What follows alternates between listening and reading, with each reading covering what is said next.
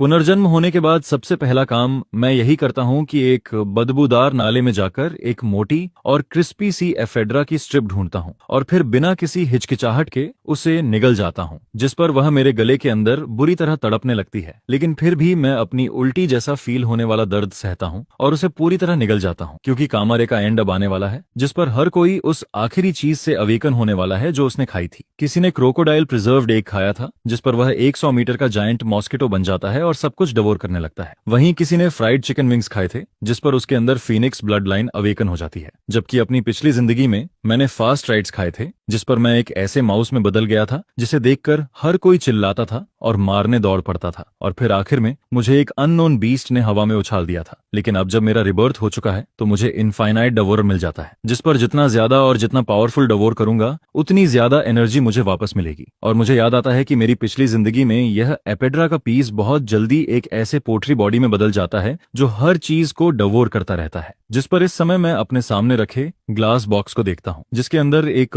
Crimson colour की एपेड्रा पड़ी होती है। उसका मोटा शरीर लगातार हिलता और मचलता रहता है। वह बिल्कुल किसी रेड इंसेक्ट जैसी दिखती है और मुझे पता होता है कि अगर मैं इसे डवोर कर लूं तो मैं और भी ज्यादा स्ट्रांग बन सकता हूं, जिस पर मैं सोचता हूं कि अब बचा ही क्या है, अगर अभी नहीं किया तो सब खत्म हो जाएगा। यह सोचकर मेरा दिल पूरी तरह शांत हो जाता है। फिर मैं अपनी स्लीव ऊपर करता हूं और ग्लास बॉक्स के अंदर हाथ डालता हूं ताकि उस म्यूटेंट एपेड्रा को पकड़ सकूं। लेकिन वह म्यूटेंट एपेड्रा लगातार पलटती और मचलती रहती है, जिस पर वह न सिर्फ मेरा हाथ खींचने लगती है बल्कि मेरी उंगली को भी काट लेती है। और फिर बॉक्स के अंदर खून फैलने लगता है, जिस पर फ्रेश ब्लड की स्मेल मिलते ही म्यूटेंट एपेड्रा और भी ज्यादा पागल हो जाती है। यह देखकर मैं तुरंत अपना गुस्सा दबा लेता हूँ, फिर तेजी से उस एपेड्रा को पकड़ता हूँ और एक जोरदार बाइट के साथ उसे सीधे अपने पेट में निगल जाता हूँ, जिसके तुरंत बाद मेरे दिमाग में एक आवाज गूंजती है, congratulations to host for successfully devouring the mutant ephedra, gene sequence successfully extracted. जिस पर मैं तुरंत देखने लगता हूँ कि यह नई सीक्वेंस मुझे क्या देने वाली है। तभी मैं देखता हूँ कि मेरी उंगली से जो मांस और फ्लैश पहले कटकर अलग हो गया था, वहां से अचानक काउंटलेस ब्लड रेड थ्रेड्स निकलने लगते हैं। फिर वह थ्रेड सिर्फ 2 सेकंड के अंदर मेरी चोट को पूरी तरह लपेट लेते हैं और फिर उसी जगह पर नया फ्लैश और नई स्किन उगने लगती है, जिसे देखकर मैं समझ जाता हूँ कि यह एबिलिटी सेवर्ड लिम्ब रिजेनरेशन की है। इसके बाद मैं अपने शरीर के अंदर एक बेहद खतरनाक और भारी पावर को उठता हुआ फील करता हूँ। मेरा पूरा शरीर जैसे एंडलेस एनर्जी से भर जाता है, जिस पर मैं तुरंत मिरर के सामने जाता हूँ और खुद को देखने लगता हूँ। लेकिन मिरर में खुद को देखकर मैं एक बार फिर से शॉक्ड रह जाता हूँ, क्योंकि मेरी हाइट जो पहले लगभग 1.7 मीटर थी अब सीधे 1.9 मीटर हो चुकी होती है और मेरे ब्लैक हेयर अब लंबे रेड हेयर में बदल चुके होते हैं। वहीं मेरी ग्रे ब्राउन आईज भी अब पूरी तरह लाल हो चुकी होती हैं। फिर मैं अपने शरीर को ध्यान से चेक करता हूँ, जिस पर मुझे पता चलता है कि मेरे राइट हैंड की हथेली में एक माउथ उगाया है। वह बिल्कुल किसी एबीज जैसा दिखता है, जिसके अंदर दर्जनों छोटे और बेहद शार्प टीथ होते हैं और उसकी फीलिंग बिल्कुल उसी म्यूटेंट एपेड्रा जैसी होती है जो दुश्मनों का ब्लड एब्जॉर्ब कर सकती है। लेकिन यह देखकर मैं थोड़ा परेशान हो जाता हूँ, क्योंकि अभी डार्क टर्नाइल शुरू भी नहीं हुआ है और मैं पहले ही ऐसा बन चुका हूँ, जिस पर मैं सोचता हूँ कि अगर मैं इस हालत में बाहर गया तो शायद मैं बाहर निकल भी नहीं पाऊंगा। लेकिन जैसे ही यह ख्याल मेरे दिमाग में आता है, मेरे लंबे रेड हेयर वापस नॉर्मल हो जाते हैं और मेरी हथेली का वह माउथ भी गायब हो जाता है। यह देखकर मैं अंदर ही अंदर हैरान रह जाता हूँ, क्योंकि यह पावर जरूरत पड़ने पर खुद को छुपा भी सकती है, जिस पर मैं तुरंत अगला टारगेट याद करता हूँ। मुझे याद आता है कि बिग शिली के एक इनविजिबल रिच मैन के पास एक रेयर इलेक्ट्रिक बारबेरियन रखा हुआ है और मुझे अच्छी तरह याद होता है कि डार्क टर्मोइल शुरू होने के बाद वही इलेक्ट्रिक बारबेरियन अपने आप में एक बेहद खतरनाक एग्जिस्टेंस बन जाता है जो टेरिफाइंग स्पिरिचुअल पावर रिलीज कर सकता है। जिस पर मैं सोचता हूँ कि अगर मैं उसे डवोर कर लूं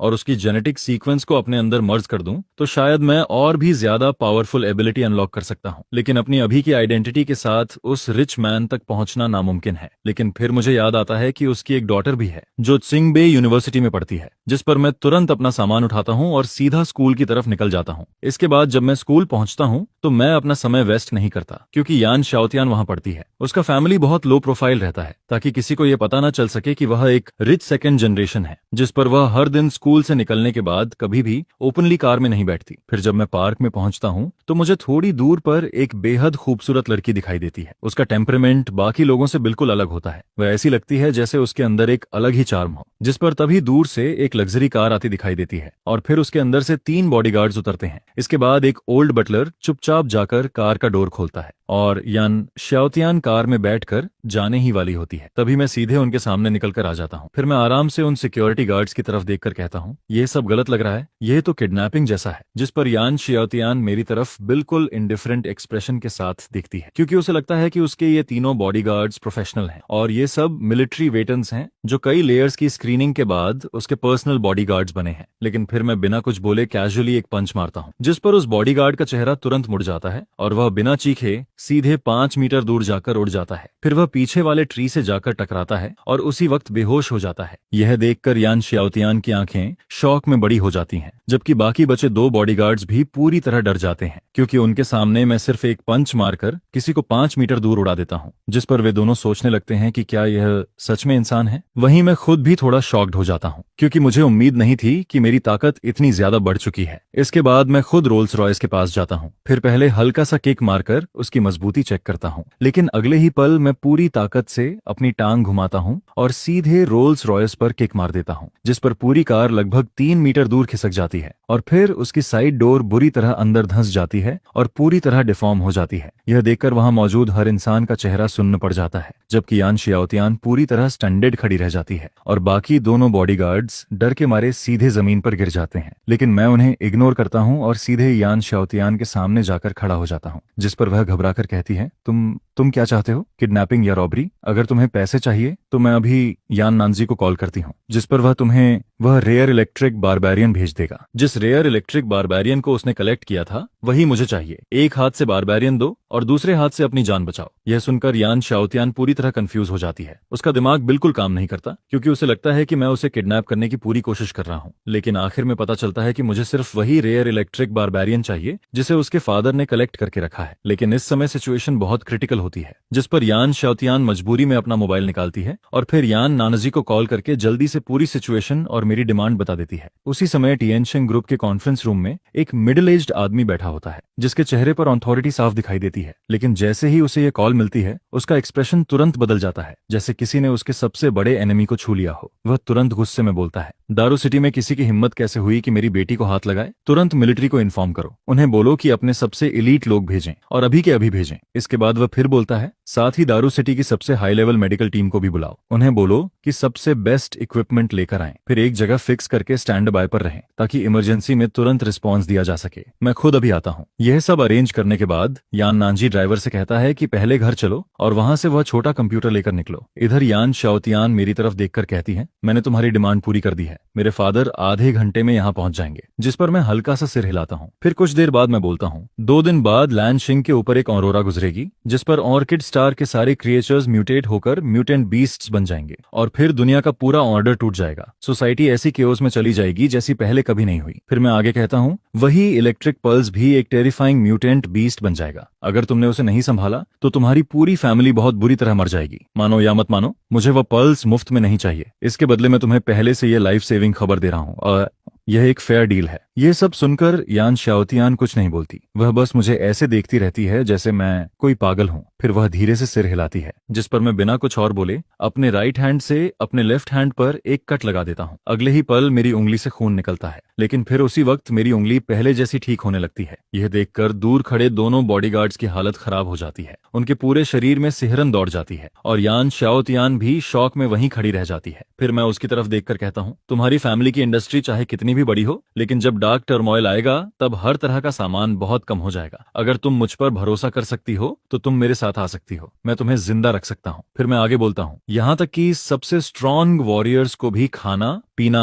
और सरवाइव करना पड़ता है और मैं भी इसका एक्सेप्शन नहीं हूँ। इस तरह की दुनिया में अकेले चलना कभी बेस्ट ऑप्शन नहीं होता। जिस पर मैं उसकी आंखों में देखते हुए कहता हूँ, इस ट्रबल्ड वर्ल्ड में मुझे यान फैमिली की जरूरत है और मेरे लिए यान फैमिली एक बहुत अच्छा चॉइस है। अगर हम साथ काम करें तो दोनों का फायदा होगा। यह सुनकर यान शाओतियान धीरे से कहती है, मैं समझ गई, मैं ये सब अपने फादर को बता दूंगी, फिर उनके साथ डिस्कस करूंगी और जितना जल्दी हो सके तुम्हें जवाब दूंगी। उसी समय दूर से इमरजेंसी व्हीकल्स की आवाज आने लगती है। फिर कई आर्मर्ड व्हीकल्स वहां आकर रुक जाते हैं, जिस पर एक मिडिल एज्ड आदमी कार से उतरता है और तेजी से आगे आता है। वह यान नानजी होता है, लेकिन जैसे ही उसकी नजर बुरी तरह डैमेज्ड रोल्स रॉयस पर पड़ती है, उसका दिल एकदम बैठ जाता है। लेकिन अगले ही पल जब वह यान श्याओतियान को सही सलामत देखता है तो वह राहत की सांस लेता है। मैं एक नजर उन हेविली आर्मर्ड मिलिट्री लोगों की तरफ देखता हूँ और फिर बिना किसी डर के यान नानजी की तरफ देखकर मुस्कुराता हूँ। फिर मैं कहता हूँ, बॉस यान, जो चीज मुझे चाहिए थी क्या वह लाए हो? यह सुनकर यान नानजी थोड़ी देर के लिए रुक जाता है, क्योंकि उसने नहीं सोचा था कि उसकी बेटी को किडनैप करने वाला इंसान इतना यंग होगा। फिर वह धीरे से कहता है, यह वही है जो तुम चाहते थे। इतना कहकर वह एक सूटकेस मेरी तरफ फेंक देता है, जिस पर मैं उसे पकड़ता हूँ और खोल देता हूँ। उसके अंदर एक ब्लू इलेक्ट्रिक बारबारियन रखा होता है। उसके शरीर से एक अजीब सी स्मेल आ रही होती है। मैं बिना कुछ बोले उसे हाथ में उठाता हूँ और फिर सीधे उसे खाना शुरू कर देता हूँ। यह देखकर यान नानजी और यान श्याओतियान दोनों पूरी तरह स्टंड रह जाते हैं। उन्हें समझ ही नहीं आता कि आखिर मेरे साथ चल क्या रहा है। वहीं पास खड़े मिलिट्री वाले भी हैरान रह जाते हैं, क्योंकि उन्हें लगने लगता है कि शायद उन्हें कोई मेंटली अनस्टेबल आदमी मिल गया है। लेकिन इलेक्ट्रिक बारबेन को खाने के बाद मेरे शरीर से अचानक बिजली जैसी एनर्जी निकलने लगती है। यह देखकर यान नानजी गहरी सांस खींचता है, क्योंकि वह जानता है कि इस इलेक्ट्रिक बारबेरियन की पावर इतनी डेंजरस है कि वह एक मीडियम साइज्ड म्यूटेंट बीस्ट को भी खत्म कर सकता है। उसी समय मेरे दिमाग में फिर वही आवाज गूंजती है, congratulations to the host, successfully devoured electric barbarian, gene sequence successfully extracted. जिस पर अगले ही पल मेरे दिल की धड़कन तेज हो जाती है। मेरे छोटे ब्लैक हेयर अचानक लंबे रेड हेयर में बदल जाते हैं और मेरी आंखें फिर से लाल हो जाती हैं। फिर मैं अपने दोनों हाथ आगे करता हूं और अपनी 10 उंगलियों के बीच एक ब्लड बॉल बनाना शुरू करता हूं। अगले ही पल वह ब्लड बॉल हवा में एक्सप्लोड कर जाता है, जिस पर वहां मौजूद सभी मिलिट्री लोगों के शरीर में एक बहुत तेज इलेक्ट्रिक करंट दौड़ जाता है और फिर वे सब जमीन पर गिरकर बेहोश हो जाते हैं। लेकिन यान श्याओतियान और यान नानाजी को कुछ नहीं होता। फिर मैं आखिरी बार उन फादर और डॉटर की तरफ देखता हूँ और फिर अगले ही पल मैं अंधेरे में गायब हो जाता हूँ, क्योंकि डार्क टर्नाइल शुरू होने में अब एक दिन से भी कम टाइम बचा होता है और मेरे पास डिवोर करने का सिर्फ एक आखिरी मौका बचा होता है। मुझे टर्मोइल शुरू होने से पहले उसे डिवोर करना ही होगा। जिस पर मुझे अचानक याद आता है कि ग्रेट रू क्लैन के जू में एक स्पेशल ईगल रखा गया है। उसके शरीर पर अजीब टैटूज हैं और उसके फेदर्स लोहे जितने हार्ड हैं। अगर मैं उसे डिवोर कर लूं तो मैं और भी ज्यादा स्ट्रांग बन सकता हूं, क्योंकि अभी मेरे पास ब्लड कंट्रोल है और थंडर की पावर भी है। मुझे बस एक फ्लाइंग एबिलिटी की कमी है, जिस पर अगले दिन मैं सीधे ग्रेट रू जू पहुंच जाता हूं। फिर मैं उस केज के सामने पहुंचता हूं जहां उस स्पेशल फियरस ईगल को रखा गया था। लेकिन वहां पहुंचते ही मैं शॉक में रह जाता हूं, क्योंकि वह फियरस ईगल पहले ही म्यूटेट हो चुका होता है। उसके काले फेदर्स अब स्टील जैसे लग रहे होते हैं और उनमें से एक डरावनी ठंडी चमक निकल रही होती है। हल्की रोशनी में माओजी अचानक ऐसे काउंट डाउन करने लगता है जैसे कोई जहरीली जीभ फुसफुसा रही हो, और उसी समय वह फियर ईगल अपनी तेज चोंच से पागलों की तरह आयरन केज पर वार करने लगता है, जिस पर कुछ ही सेकंड में वह केज को तोड़ देता है और फिर सीधे मेरी तरफ अटैक कर देता है। यह देखकर मैं हल्का सा गाली देता हूँ। फिर मेरी आंखों में उस ईगल की मूवमेंट अचानक बहुत स्लो और क्लियर दिखने लगती है। उसकी हर मूवमेंट मुझे साफ दिखाई देने लगती है, जिस पर मैं एक हाथ से उसकी चोंच पकड़ लेता हूँ और फिर उसे सीधे जमीन पर पटक देता हूँ, जिसके तुरंत बाद मेरे दिमाग में आवाज आती है, कंग्रेचुलेशंस, सीक्वेंस एक्सट्रैक्शन सक्सेसफुल। फिर अगले ही पल मुझे फील होता है कि मेरे पीछे कुछ निकल रहा है और फिर मेरी पीठ के पीछे अचानक एक बहुत बड़ी ब्लैक विंग्स की पेयर निकल आती है। वह लगभग 6 मीटर लंबी होती है। फिर मैं सीधे आसमान में उड़ जाता हूँ और हवा में तेजी से ऊपर जाने लगता हूँ। तभी अचानक मेरा मोबाइल बजने लगता है, जिस पर मैं कॉल उठाता हूँ और दूसरी तरफ से यान श्याओतियान की कांपती हुई आवाज आती है। वह कहती है, मोबेई, यहाँ कुछ हो गया है। कुछ ह्यूमन हार्ट मॉन्स्टर्स हमारे पास घुस आए हैं। क्या तुम यहाँ आ सकते हो? उसकी आवाज हल्की कांप रही होती है, जिससे साफ पता चलता है कि वह बहुत घबरा चुकी है। जिस पर मैं बिना कुछ सोचे सीधे हाँ बोल देता हूँ। यान श्याओतियान के दिए हुए एड्रेस के हिसाब से मैं बहुत जल्दी एक वेयरहाउस के पास पहुंच जाता हूँ। उसी वेयरहाउस में बहुत सारा सामान रखा होता है। ज्यादातर वह ऐसे प्रोसेस्ड फूड होते हैं जिन्हें बहुत समय तक स्टोर किया जा सकता है। और उसी वेयरहाउस के अंदर 2 मॉन्स्टर बड़ी खुशी से इधर उधर देख रहे होते हैं। उनमें से एक पिग नोज वाला आदमी होता है, जिसका शरीर पूरा मोटा और भद्दा होता है। वह जोर जोर से हंसते हुए कहता है, अब जबकि बॉस ने यह वेयरहाउस अपने कब्जे में ले लिया है तो अब हमें फ्यूचर में खाने की कोई टेंशन नहीं रहेगी। जिस पर उसके पास खड़ा दूसरा आदमी, जो करीब 3 मीटर लंबा होता है और जिसके सिर पर सींग निकले होते हैं, हंसते हुए कहता है, डार्क टर्मल आने के बाद मुझे पेंटिंग कंट्रोल करने की पावर मिल गई है। सच में भगवान ने हम पर बहुत मेहरबानी की है। अब हम जो चाहें वह कर सकते हैं। इतना कहकर वह हॉर्नडियन मैन चमकती आंखों के साथ यान श्याओतियान की तरफ बढ़ता है। फिर उसकी तरफ देखकर गंदी हंसी हंसता है। वह कहता है, बॉस, यह लड़की तो काफी अच्छी है। जिस पर पिगनोज वाला आदमी भी उसके साथ गंदी बातें करने लगता है। उन दोनों की बातें सुनकर यान शाओतियान का चेहरा धीरे धीरे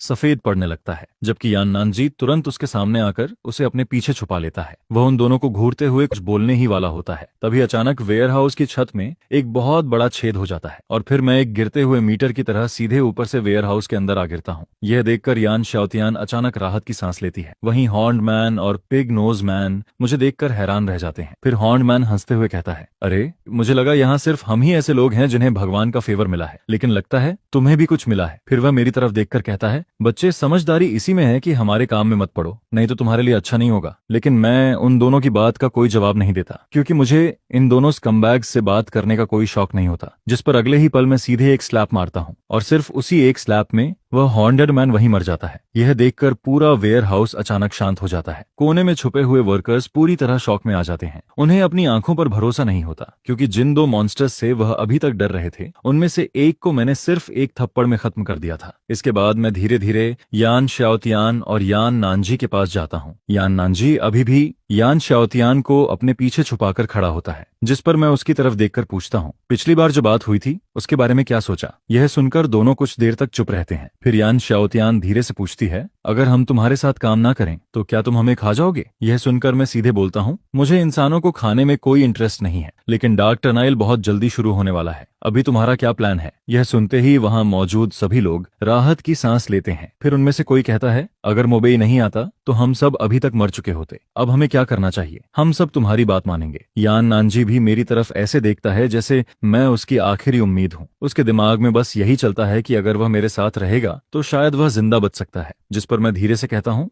डार्क टर्मल बहुत जल्दी आने वाला है और जब वह आएगा तब दुनिया का पूरा ऑर्डर खत्म हो जाएगा। इसलिए अभी सबसे जरूरी चीज एक सेफ जगह ढूंढना है जहां हम बेस बना सकें। यह सुनकर यान नानजी तुरंत बोलता है, मेरे पास माउंटेन के बीच में एक विला है, उसकी सिक्योरिटी बहुत स्ट्रांग है और उसका मटेरियल भी बहुत हाई क्वालिटी का है। अगर तुम्हें कोई प्रॉब्लम नहीं है तो हम वहां जा सकते हैं। मैं कुछ सेकंड सोचता हूँ और फिर हाँ में सिर हिला देता हूँ, क्योंकि सिर्फ स्ट्रांग होना काफी नहीं है। डार्क टर्मोइल आने के बाद हर तरह का सामान कम हो जाएगा और बाद में एनवायरनमेंट भी बदल जाएगा। ऐसे में एक सेफ शेल्टर होना बहुत जरूरी है। फिर मैं कॉर्नर में खड़े उन वर्कर्स की तरफ देखकर कहता हूँ, अगर तुम लोग जाना चाहते हो तो मैं तुम्हें नहीं रोकूंगा, लेकिन जो लोग मेरे साथ रहना चाहते हैं वह मेरे साथ आ सकते हैं। फिर मैं आगे कहता हूँ, लेकिन याद रखना, डार्क टनल तुम्हारी सोच से कहीं ज्यादा डेंजरस और क्रूअल है। अगर तुम मेरे साथ रहना चाहते हो तो तुम्हें बिना किसी सवाल के मेरी हर बात माननी होगी। यह सुनकर सभी लोग एक साथ सिर हिलाते हैं और कहते हैं, समझ गए। जिस पर मैं संतुष्ट होकर सिर हिलाता हूँ। फिर सबको लेकर उस विला की तरफ निकल जाता हूँ।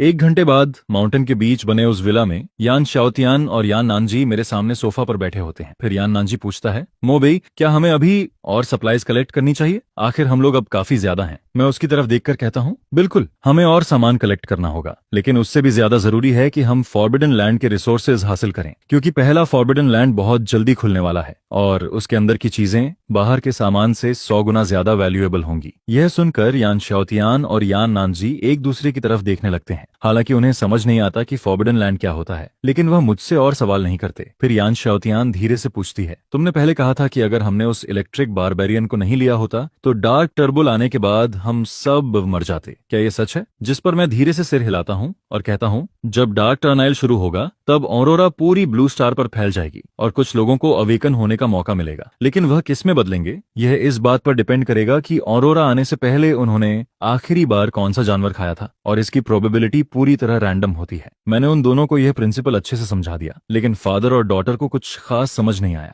इसके बाद उन्होंने बहुत सारा सामान जमा किया और फिर मैंने उन दोनों को अलग अलग एक एक चीज खाने को दी। दर्जनों तरह की चीजें एक साथ रखी हुई थीं और उनका टेस्ट इतना अजीब था कि उसे वर्ड्स में बताना मुश्किल था, लेकिन स्ट्रांग बनने के लिए दोनों बिना कुछ सोचे वह सब खा लेते हैं। जिस पर यान शाओतियान बार बार मुझसे पूछती है, अब ठीक है ना, अब सब सही है ना? मैं उसकी तरफ देखकर कहता हूँ, कल जब ऑरोरा पूरी ब्लू स्टार पर फैलेगी तब तुम्हें इसका इफेक्ट दिख जाएगा और कल पहला फॉरबिडन लैंड भी खुलेगा। उस समय तुम दोनों मेरे साथ चलोगे। इसके बाद जल्दी ही अगला दिन आ जाता है। डार्क यूनिवर्स की गहराई में अचानक एक हल्की नीली ऑरोरा दिखाई देने लगती है और अगले ही पल वह ऑरोरा बहुत तेज स्पीड से पूरी ब्लू स्टार को कवर कर लेती है, जिस पर पूरी ब्लू स्टार पर डार्क टर्नाइल शुरू हो जाता है। ऑरोरा की रोशनी पड़ते ही ब्लू स्टार के बहुत से एनिमल्स और इंसानों में अजीब चेंजेस होने लगते हैं और वही चीज बाद में उनकी रियल पावर बन जाती है। उधर विला में यान श्याओतियान पूरी रात डरी हुई बैठी रहती है, लेकिन फिर अचानक उसे अपने शरीर में चेंज फील होने लगता है। उसके पूरे शरीर के चारों तरफ एक गोल्डन लाइट दिखाई देने लगती है और फिर उसके पीछे सनफ्लावर जैसी एक गोल्डन पैटर्न बन जाती है, जिसके बाद उसके हाथों से गोल्डन लाइट निकलने लगती है। वहीं यान नानजी के शरीर में भी चेंज होने लगता है। उसकी हाइट सीधे 3 मीटर तक पहुंच जाती है। उसका शरीर मसल्स से भर जाता है और उसके माथे पर एक पेयर बड़े और मजबूत हॉर्न्स निकल आते हैं, जिस पर वह एक्साइटेड होकर बोलता है, ये फीलिंग, ये एंडलेस पावर, मुझे ऐसा फील हो रहा है जैसे पूरा वर्ल्ड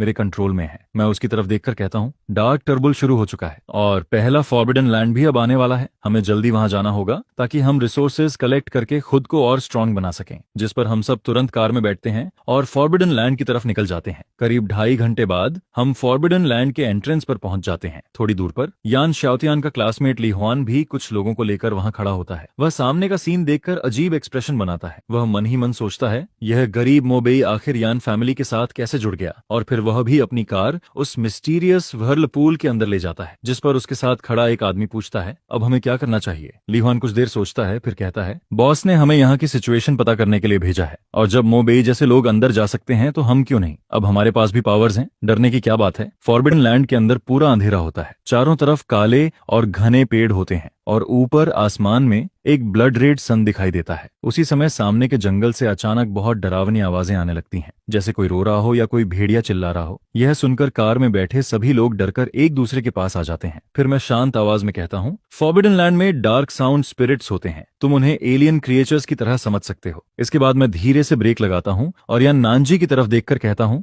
बॉस यान, अब आप कार चलाओ, मैं आगे रास्ता साफ करता हूँ। यान नानजी कुछ समझ पाता उससे पहले ही मैं कार से बाहर कूद जाता हूँ। अगले ही पल सामने के फॉग के अंदर से कई काले साए बाहर निकल आते हैं। वे सभी करीब 2 मीटर लंबे होते हैं। उनके शरीर पर काला धुआं लिपटा होता है और देखने से ही साफ पता चलता है कि वे नॉर्मल इंसान नहीं हैं। यह देखकर यान नानजी घबरा जाता है। फिर वो बोलता है, मोबेई, चाहे तुम कितने भी स्ट्रांग हो, लेकिन सामने वाले बहुत ज्यादा हैं। मैं भी नीचे उतरकर तुम्हारी मदद करता हूँ। श्याओतियान, तुम कार चलाना। इतना कहकर वह कार का डोर खोलने ही वाला होता है, लेकिन तभी मैं बस अपना हाथ आगे बढ़ाता हूँ और अगले ही पल सामने खड़े 6 डार्क साउंड स्पिरिट्स वहीं फट जाते हैं। उनके शरीर ऐसे टूटते हैं कि वहां खून का एक कतरा तक नहीं बचता। यह देखकर यान नानजी कार का डोर खोलते खोलते रुक जाता है। उसका पूरा चेहरा शॉक से भर जाता है, क्योंकि जिस डार्क साउंड स्पिरिट का नाम सुनकर ही लोग डर जाते हैं, उसे मैंने सिर्फ एक हाथ से खत्म कर दिया था। वहीं यान श्याओतियान की आंखें चमकने लगती हैं। वह मेरी तरफ देखती है और मुझे एक हाथ से डार्क साउंड स्पिरिट को खत्म करते देखकर उसके अंदर एक्साइटमेंट भर जाती है। लेकिन मैं बिना रुके आगे बढ़ता रहता हूँ, क्योंकि पहले फॉरबिडन लैंड के ये डार्क साउंड स्पिरिट्स ज्यादा स्ट्रांग नहीं होते और ऊपर से मेरे पास वह पावर्स हैं जो मुझे 3 दिन पहले ही मिल चुकी हैं।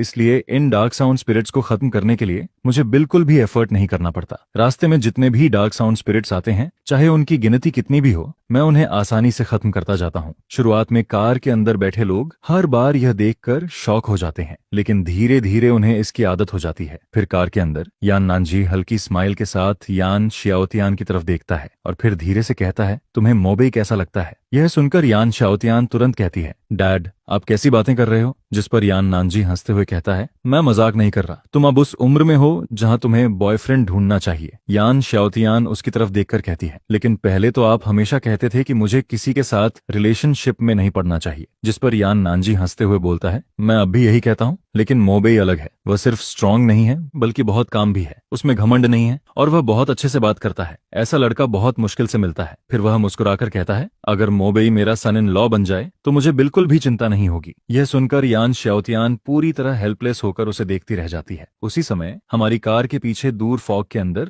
ली हुआन और उसके लोग ये सब देख रहे होते हैं और जब वे मुझे एक के बाद एक डार्क साउंड स्पिरिट्स को सेकंडों में खत्म करते हुए देखते हैं, तो वहां मौजूद हर इंसान की आंखें शौक से बड़ी हो जाती हैं। उन सबके दिल में बहुत कुछ चल रहा होता है। जिस पर ली हुआन तो इतना ज्यादा गुस्से में होता है कि वह अपने दांत पीसते हुए खड़ा रहता है। यह बैस्टर्ड सच में सुपर पावर हासिल कर लेता है और सबसे बड़ी बात तो यह होती है कि अब वह मुझसे भी ज्यादा स्ट्रांग बन चुका है। यह सोचकर ली हुआन के अंदर और भी ज्यादा जलन होने लगती है। जिस पर उसके पास खड़ा एक छोटा भाई जल्दी से पूछता है, अब हम क्या करें। यह सुनकर ली हुआन एक लंबी और भारी सांस छोड़ता है और फिर कहता है, भले ही ये किड पावरफुल हो गया है, लेकिन आखिर में ये अभी भी एक इंसान ही है। इंसानों की अपनी लिमिट्स होती हैं। अगर ये ऐसे ही लगातार लड़ता रहेगा तो देर सवेर इसकी ताकत खत्म हो जाएगी। जिस पर वह आगे कहता है, इसलिए अभी हम इसका पीछा करते हैं और जब हमें कोई रियल में अच्छी चीज मिलती है तब हम उसे छीन लेंगे। तब तक इसकी सारी एनर्जी खत्म हो चुकी होगी और हमारे पास अभी भी 5 लोग हैं। ऐसा नहीं हो सकता कि हम मिलकर भी इसे हरा ना पाएं। इसके बाद मैं लगातार आगे का रास्ता साफ करता रहता हूँ, जिस पर जब मैं फिर से डार्क साउंड के एक बड़े ग्रुप को खत्म करता हूँ तब मैं पीछे की तरफ देखकर हल्का सा स्मार्क करता हूँ। अब मेरी सेंसेस आम इंसानों से बहुत आगे जा चुकी होती हैं। मैं काफी पहले ही ली हुआन और उसके लोगों की मौजूदगी महसूस कर चुका होता हूँ और साथ ही उनके दिमाग में क्या चल रहा है यह भी समझ चुका होता हूँ। फिर धीरे धीरे 1 घंटा बीत जाता है, जिस पर मुझे खुद भी याद नहीं रहता कि मैंने कितने डार्क साउंड फॉरेस्ट्स को खत्म किया है। लेकिन अफसोस की बात यह होती है कि ये डार्क साउंड फॉरेस्ट्स उस तरह के मॉन्स्टर नहीं होते जो मुझे एक साथ कई लेवल ऊपर पहुंचा दें, नहीं तो अब तक मैं लगातार कई लेवल ऊपर जा चुका होता। इसके बाद ट्रक मेरे पीछे पीछे चलते हुए एक पत्थर के बड़े प्लेटफॉर्म के सामने आकर रुकता है, जिस पर उस प्लेटफॉर्म के ऊपर पुराने और बेहद कॉम्प्लिकेटेड पैटर्न्स बने हुए होते हैं और उनमें से लाल रंग की रोशनी निकल रही होती है, जैसे कि वह खुद जिंदा हो। यह देखकर यान श्योतियान और उसकी बेटी ट्रक से नीचे उतरते हैं और उस प्लेटफॉर्म की तरफ देखने लगते हैं। तभी उन्हें वहां बहुत सारी ऐसी मेटल्स दिखाई देती हैं जिन पर काले रंग की चमक होती है और वह धीरे धीरे लाइट छोड़ रही होती हैं, जिस पर यान श्योतियान तुरंत कहता है, यह किंगकांग मेटल है। यह बिल्डिंग के लिए सबसे बेस्ट मटेरियल में से एक है। इसकी क्वालिटी और डेंसिटी ब्लू स्टार पर मौजूद बाकी सभी मटेरियल्स से कहीं ज्यादा है। अगर हम इसे वापस ले जाएं तो विला को और भी ज्यादा स्ट्रांग बना सकते हैं। यह सुनते ही यान नानजी बिल्कुल भी समय बर्बाद नहीं करती। वह तुरंत ट्रक का पिछला डोर खोलती है और वर्कर्स को बाहर निकलकर सामान उठाने के लिए कहती है। लेकिन उसी समय अंधेरे के अंदर छिपे हुए लोग भी यह सब देख रहे होते हैं, जिस पर उनमें से एक आदमी धीरे से कहता है, ब्रोदरली, घर के सामने रखी यह काली चीजें बिल्कुल सिंपल नहीं लग रही हैं। क्या अब हमें मूव करना चाहिए? यह सुनकर ली हुआन कुछ देर सोचता है, फिर वह धीरे से सिर हिलाता है और कुछ बोलने ही वाला होता है। तभी ज्यादा दूर नहीं, फॉग के अंदर से अचानक हंसी की आवाज आने लगती है, जिस पर फॉग के अंदर से 3 आदमी और 2 औरतें स्वैगर करते हुए बाहर आते हैं। उनमें से एक हंसते हुए कहता है, अब तुम्हारे पास ताकत नहीं बची होगी। तुम अकेले हो और हम 5 लोग हैं। तुम हमारा मुकाबला बिल्कुल नहीं कर सकते। जिसके बाद उन लोगों में से एक पीले बालों वाला आदमी अचानक अपना बॉडी बड़ा करने लगता है। कुछ ही सेकंड में उसका पूरा शरीर 3 मीटर लंबा हो जाता है। उसका चेहरा भी धीरे धीरे बदलकर एक पिग हेड में बदलने लगता है। वह भारी कदमों से हमारी तरफ चलना शुरू करता है और हर कदम के साथ जमीन पर डल आवाज गूंजती रहती है, जिस पर ब्लड रेड आसमान की रोशनी उसके पिग फेस पर पड़ती है और उसका दबाव और भी ज्यादा खतरनाक लगने लगता है। यह देखकर मैं सिर्फ ठंडी हंसी हंसता हूँ। अगले ही पल मेरी पीठ के पीछे काले और नीले रंग के बड़े फेदर्स निकल आते हैं, जिनके ऊपर इलेक्ट्रिक करंट दौड़ रहा होता है। उनके निकलते ही हवा में सिजिल की आवाज गूंजने लगती है और फिर अगले ही सेकंड एक जोरदार धमाके के साथ वह 3 मीटर लंबा आदमी जमीन पर गिर जाता है, जिस पर उसका पूरा शरीर कांपने लगता है और उसके मुंह से खून निकलने लगता है। बाकी लोग यह देखकर पूरी तरह डर जाते हैं, जिस पर मैं उन्हें देखते हुए धीरे से कहता हूँ, तुम लोग सिर्फ इंसानों को मारना जानते हो, लेकिन अब डार्क टर्मोइल ऑफिशियली शुरू हो चुका है। इसके बाद मैं धीरे से हाथ उठाता हूँ और मेरे पीछे मौजूद काले फेदर्स हल्के से हिलते हैं, जिस पर उनमें से कुछ फेदर्स हवा को चीरते हुए तेजी से आगे बढ़ते हैं। बाकी लोग कुछ समझ भी नहीं पाते कि तभी उन फेदर्स के अंदर भरा हुआ पावरफुल इलेक्ट्रिक करंट एकदम से फूट पड़ता है, जिस पर सामने खड़े कई लोग चीखते हुए जमीन पर गिर जाते हैं। उसी समय अंधेरे में छिपे हुए ली हुआन के साथी घबराकर उसकी तरफ देखते हैं, जिस पर उनमें से एक जल्दी से पूछता है, ब्रोदरली, क्या अब हमें कुछ करना चाहिए? हमारा गोल तो जल्दी पूरा होना चाहिए। यह सुनकर ली हुआन की आंखें लगभग बाहर निकलने लगती हैं। उसका पूरा शरीर सुन्न पड़ जाता है। फिर वह दबी हुई आवाज में कहता है, और क्या करेंगे? तुमने नहीं देखा उसकी ताकत कैसी है? भागो, जल्दी भागो। जिस पर ली हुआन अपनी बात खत्म करते ही पलटकर भागना शुरू कर देता है। पहले वह सोच रहा होता है कि जब मोबेई थक जाएगा तब वह मौका देखकर उसके ऊपर अटैक करेगा और उसका सामान छीन लेगा, लेकिन उसने कभी नहीं सोचा था कि इतने सारे डार्क साउंड को मारने के बाद भी मोबेई अभी तक इतना पावरफुल रहेगा। वह अब भी उन लोगों को 1 सेकंड में खत्म कर सकता है। जिस पर ली हुआन के दिमाग में सिर्फ एक ही बात चल रही होती है और वह यह कि अगर जिंदा रहना है तो अभी भागना होगा। लेकिन जैसे ही ली हुआन एक कदम आगे बढ़ाता है तभी आसमान से एक फेदर नीचे गिरता है और उनके सामने कई मीटर दूर जमीन में धंस जाता है, जिस पर एक ठंडी आवाज सुनाई देती है, क्या मैंने तुम्हें जाने दिया? यह सुनते ही ली हुआन और उसके साथ खड़े सभी लोग वहीं जम जाते हैं। उन सबको ऐसा फील होने लगता है जैसे मौत ने उन्हें सीधे टारगेट कर लिया हो। एक पल में ही ली हुआन की गर्दन पर पसीना आने लगता है। वह ऊपर देखता है और आसमान में मोबेई को देखता है, जो अपनी पीठ के पीछे फैले हुए विशाल काले विंग्स के साथ धीरे धीरे नीचे उतर रहा होता है। उसके पीछे मौजूद वे बड़े ब्लैक फेदर्स लगातार हिल रहे होते हैं, जिस पर उनके हिलने से आसपास की फॉग भी धीरे धीरे हटने लगती है। उस वक्त मोबेई किसी डीमन लॉर्ड से कम नहीं लग रहा होता, जिस पर ली हुआन की आंखें फैल जाती हैं। उसके दिल के अंदर केओस भर जाता है। उसे अब समझ आने लगता है कि शायद वे लोग शुरू से ही किसी ऐसे इंसान के पीछे पड़ गए थे जिससे उन्हें बिल्कुल भी नहीं उलझना चाहिए था। और सबसे बड़ी बात यह होती है कि मोबेई ने सिर्फ उन्हें नोटिस ही नहीं किया था, बल्कि काफी पहले से उन पर नजर रखे हुए था। जिस पर ली हुआन के दिमाग में एक सवाल बार बार आने लगता है, वे लोग भी रिटेल फाइटर्स ही हैं? और मोबेई भी। फिर आखिर मोबेई इतना अलग कैसे हो सकता है? उसने कैसे पहले ही उनकी मौजूदगी महसूस कर ली? क्या रिटेल फाइटर्स के बीच भी इतना बड़ा फर्क होता है? लेकिन उन्हें यह नहीं पता होता कि फर्क सच में होता है। एंड मोबेई तो उनसे भी अलग है। उसके शरीर में बाकी लोगों से कहीं ज्यादा पावरफुल जीन्स मौजूद होते हैं, जिस पर उसकी सेंसेस, उसकी ताकत और उसका रिएक्शन बाकी लोगों से कई गुना ज्यादा स्ट्रांग होता है। फिर मोबेई उन्हें देखते हुए हल्की सी स्माइल करता है और कहता है, ली हुआन, मैंने नहीं सोचा था कि तुम्हें भी ऐसी एबिलिटी मिल जाएगी। कंग्रेचुलेशंस। जिस पर ली हुआन बस घबराकर उसकी तरफ देखता रहता है और फिर हकलाते हुए कहता है, बहुत देर हो रही है,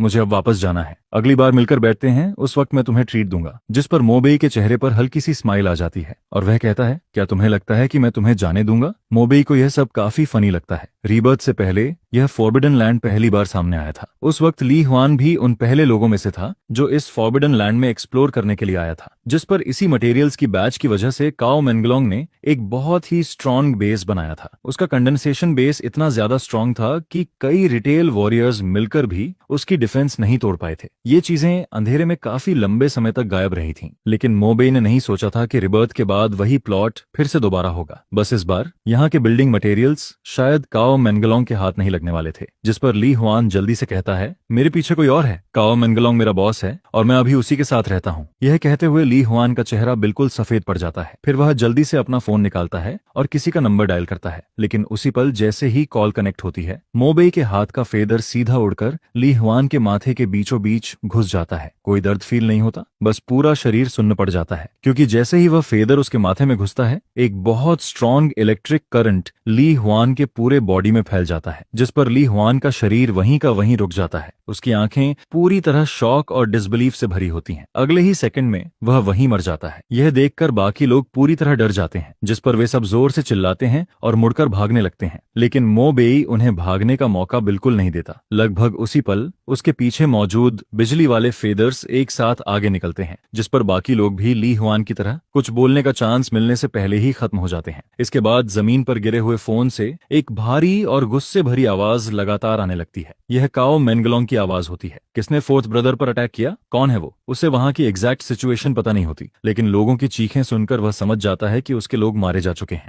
जिस पर काओ मेंगलोंग और ज्यादा गुस्से में चिल्लाता है, मैं काओ मेंगलोंग हूँ, जिसने भी मेरे लोगों को हाथ लगाया है, चाहे वो कोई भी हो, वह गया। लेकिन मोबेई उसकी किसी बात का जवाब नहीं देता, जिस पर काओ मेंगलोंग को और ज्यादा गुस्सा आने लगता है। उसे ऐसा फील होता है जैसे वह हवा में पंच मार रहा हो। फिर वह कहता है, तेरा घर कहाँ है? एड्रेस बता। कुछ देर की चुप्पी के बाद मोबेई आखिर बोलता है, अब जब उसने सामने वाले के साथ दुश्मनी कर ही ली है तो उसे प्रॉपरली खत्म करना पड़ेगा। मैं 5 स्टार गार्डन के पास वाले अपार्टमेंट में हूँ, अगर हिम्मत है तो यहाँ आ जाना, मैं यहीं वेट करूंगा। जिस पर काओ मेंगलोंग ठंडी आवाज में कहता है, मुझे जानबूझकर प्रोवोक मत कर, तुम्हारा पॉइंट मुझे मिल गया है, जब टाइम मिलेगा मैं खुद तुम्हें ढूंढने आऊंगा। इसके बाद मोबेई फोन को हाथ में दबाकर तोड़ देता है और फिर यान शाओतियान और बाकी लोगों के पास वापस आ जाता है। वह सबको रिसोर्सेज उठाकर वापस चलने के लिए कहता है। इतिहास की ओरिजिनल लाइन में मोबेई को लगा था कि उसने उन्हें फॉरबिडन लैंड में लड़ाई के लिए बुलाया है, लेकिन असल में मोबेई को उनकी जरूरत ही नहीं थी। उसने उन्हें यहाँ सिर्फ इसलिए बुलाया था ताकि वे पहले से इस दुनिया को समझ सकें। जिस पर वह उनकी तरफ देखकर कहता है, मैं तुम्हें यहाँ सिर्फ इसलिए लाया हूँ ताकि तुम पहले से इस ट्रबल्ड वर्ल्ड को देख सको। इस दुनिया में अगर तुम अपने दुश्मन पर दया दिखाते हो तो वह क्रुएल्टी तुम्हारे खुद के लिए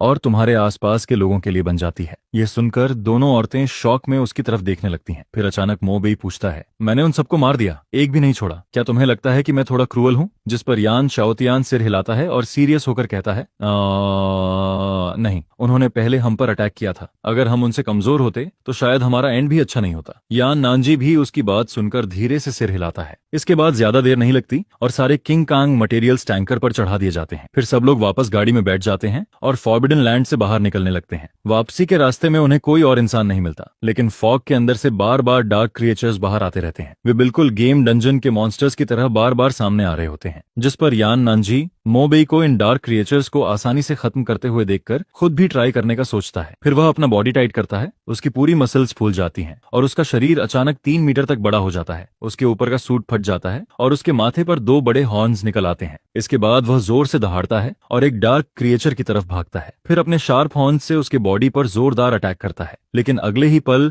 यान नानजी शॉक हो जाता है, क्योंकि डार्क क्रिएचर को ज्यादा फर्क ही नहीं पड़ता, जिस पर वह जल्दी से उसके सिर पर पंच मारता है। लेकिन वह फास्ट होता है और डार्क क्रिएचर उससे भी ज्यादा फास्ट निकलता है। अगले ही सेकंड वह अपना हाथ घुमाकर यान नानजी के चेहरे पर जोरदार थप्पड़ मार देता है, जिस पर यान नानजी सीधे पीछे की तरफ उड़ जाता है। ड्राइवर सीट पर बैठा यान श्याओतियान यह देखकर अपना मुंह खोलकर रह जाता है। उसका पूरा बॉडी सुन्न पड़ जाता है। उसे यकीन ही नहीं होता कि उसके पिता को एक डार्क क्रिएटर ने थप्पड़ मार दिया। लेकिन मोबेई के लिए यह कोई सरप्राइज नहीं होता, क्योंकि यान नानजी हमेशा से एक रिच आदमी रहा है। उसे कभी लड़ाई करना नहीं आया और अभी अभी उसे ये पावर मिली है, इसलिए वह अभी तक इस ताकत के साथ प्रॉपरली अडेप्ट भी नहीं कर पाया है। शुरू में मोबेई उन दो डार्क क्रिएचर्स को खुद खत्म करना चाहता है, लेकिन यान नानजी उसे मना कर देता है। काफी मुश्किल से दो डार्क क्रिएचर्स को खत्म करने के बाद जब यान नानजी वापस गाड़ी में आता है, तब उसकी हालत आधी जान निकलने जैसी हो चुकी होती है, जिस पर वह मोबेई की तरफ देखकर कहता है, मोबेई, मैं तुमसे बहुत कम हूँ। मुझे लगा था कि ये डार्क क्रिएचर्स कुछ खास नहीं होंगे, लेकिन अब तो मैंने खुद जोक बनवा लिया। यह कहते हुए वह थोड़ा शर्मिंदा हो जाता है, क्योंकि डार्क क्रिएचर्स की असली ताकत देखने के बाद उसे अब जाकर समझ आता है कि मोबेई कितना ज्यादा स्ट्रांग है। एक इंसान होकर भी वह 6 डार्क क्रिएचर्स को 1 सेकंड में खत्म कर देता है, लेकिन मोबेई बस उसकी बात सुनकर चुप रहता है। इसके बाद ज्यादा देर नहीं लगती और उनकी गाड़ी आराम से फॉरबिडन एरिया से बाहर निकल जाती है। फिर वे लोग वापस विला पहुंच जाते हैं, जिस पर यान नानजी वर्कर्स को नीचे उतरकर सामान अनलोड करने के लिए कहता है। सामान नीचे उतारा जाता है और साथ ही लोगों को लगाकर वज्र इंस्टॉल करने की तैयारी भी शुरू कर दी जाती है। विला को एक डूम्सडे फोर्ट्रेस में बदलना था, ताकि उनके पास एक और सेफ्टी हो। फॉरबिडन लैंड से रिसोर्सेज मिल चुके थे, अब उन्हें बाकी सप्लाईज भी जमा करनी थी, जिस पर यान नानजी भी सिर हिलाकर कहता है, सिर्फ खाना ही नहीं और भी बहुत सारी चीजें जमा करनी होंगी, जैसे सिगरेट्स, टूल्स, टेंट्स और बाकी का सामान। जितनी ज्यादा चीजें होंगी उतना बेहतर रहेगा। जिस पर मोबे भी समझाता है कि एंड टाइम में सिर्फ फूड ही इंपॉर्टेंट नहीं होता, बाकी रिसोर्सेज को भी इग्नोर नहीं किया जा सकता। जैसे कुछ प्रिजन्स में सिगरेट्स बहुत काम आती हैं। अगर किसी के पास सिगरेट्स हों तो वह पूरे प्रिजन में रूल कर सकता है, और अब बाहर की दुनिया में भी वही होने वाला है। जिस पर यान नानजी कहता है, मोबेई, मैं भी तुम्हारे साथ चलना चाहता हूँ। मोबेई उसे मना नहीं करता। फिर कुछ वर्कर्स को साथ लेकर वह और यान श्याओतियान वापस गाड़ी में बैठ जाते हैं और वहां से निकल जाते हैं। बड़ी ट्रक को दूर जाते हुए देखकर यान नन की आंखों में अलग ही एक्सप्रेशन होता है। उसे साफ फील होता है कि अगर मोबेई का सपोर्ट ना होता तो उनकी जिंदगी बहुत जल्दी बदल जाती। शायद वे खुद को भी प्रोटेक्ट नहीं कर पाते। विला से निकलने के बाद मोबेई गाड़ी को दारू की तरफ ले जाता है। यह सबसे बड़ा मटेरियल वेयरहाउस था और यह जगह भी तियानसेंग ग्रुप की ही प्रॉपर्टी होती है। शुरू में मोबेई यहाँ आकर कुछ रिसोर्सेज लेना चाहता था, लेकिन रास्ता काफी लंबा था, इसलिए उसने पहले इसे छोड़ दिया था। लेकिन जैसे ही ट्रक आगे बढ़ती है, अचानक रास्ते में एक डरावनी सी बूढ़ी औरत सामने आ जाती है। वह सीधा ट्रक के आगे लेट जाती है और जमीन पर गिरकर जोर जोर से चिल्लाने लगती है, अरे किसी ने मुझे मार दिया, सब लोग देखो, मुझे कॉम्पेंसेशन चाहिए। कैबिन में बैठा यान श्याओतियान यह देखकर थोड़ा शॉक हो जाता है। फिर वह कहता है, क्या मैं नीचे उतरकर इसे हैंडल करूं? लेकिन मोबेई सीधा कहता है, नहीं। इसके बाद वह एक्सेलरेटर पर पैर रख देता है। ट्रक जोर से गरजती है और सीधा उस बूढ़ी औरत की तरफ बढ़ जाती है, जिस पर वह बूढ़ी औरत एकदम डर जाती है और तुरंत रास्ते से हट जाती है। इस छोटे से इंसिडेंट के बाद मोबेई और बाकी लोग सक्सेसफुली वेयरहाउस तक पहुंच जाते हैं। लेकिन वेयरहाउस के बाहर पहुंचकर वे देखते हैं कि गेट के पास का सिक्योरिटी रूम पूरी तरह खाली पड़ा है और जो आयरन गेट पहले बंद थी वह बुरी तरह मुड़ी हुई होती है। ऐसा लग रहा होता है जैसे किसी ने उसे फोर्स से तोड़ दिया हो। जिस पर यान श्याओतियान धीरे से कहता है, लगता है कोई हमसे पहले यहाँ आ चुका है। मोबेई सिर हिलाता है और दोनों अंदर की तरफ बढ़ते हैं। वेयरहाउस के अंदर जाकर वे देखते हैं कि जो शेल्व्स पहले सामान से भरी हुई थीं, अब पूरी तरह खाली पड़ी हैं। पूरा बड़ा वेयरहाउस लगभग साफ हो चुका होता है, लेकिन सामने अभी भी दो लोग एक बहुत बड़ा कंटेनर उठाकर ले जा रहे होते हैं। ये कंटेनर बिल्कुल पोर्ट वाले बड़े टिन बॉक्स जैसा होता है। नॉर्मली इसे उठाने के लिए क्रेन चाहिए होती है, लेकिन सामने खड़े वे दोनों लोग उसे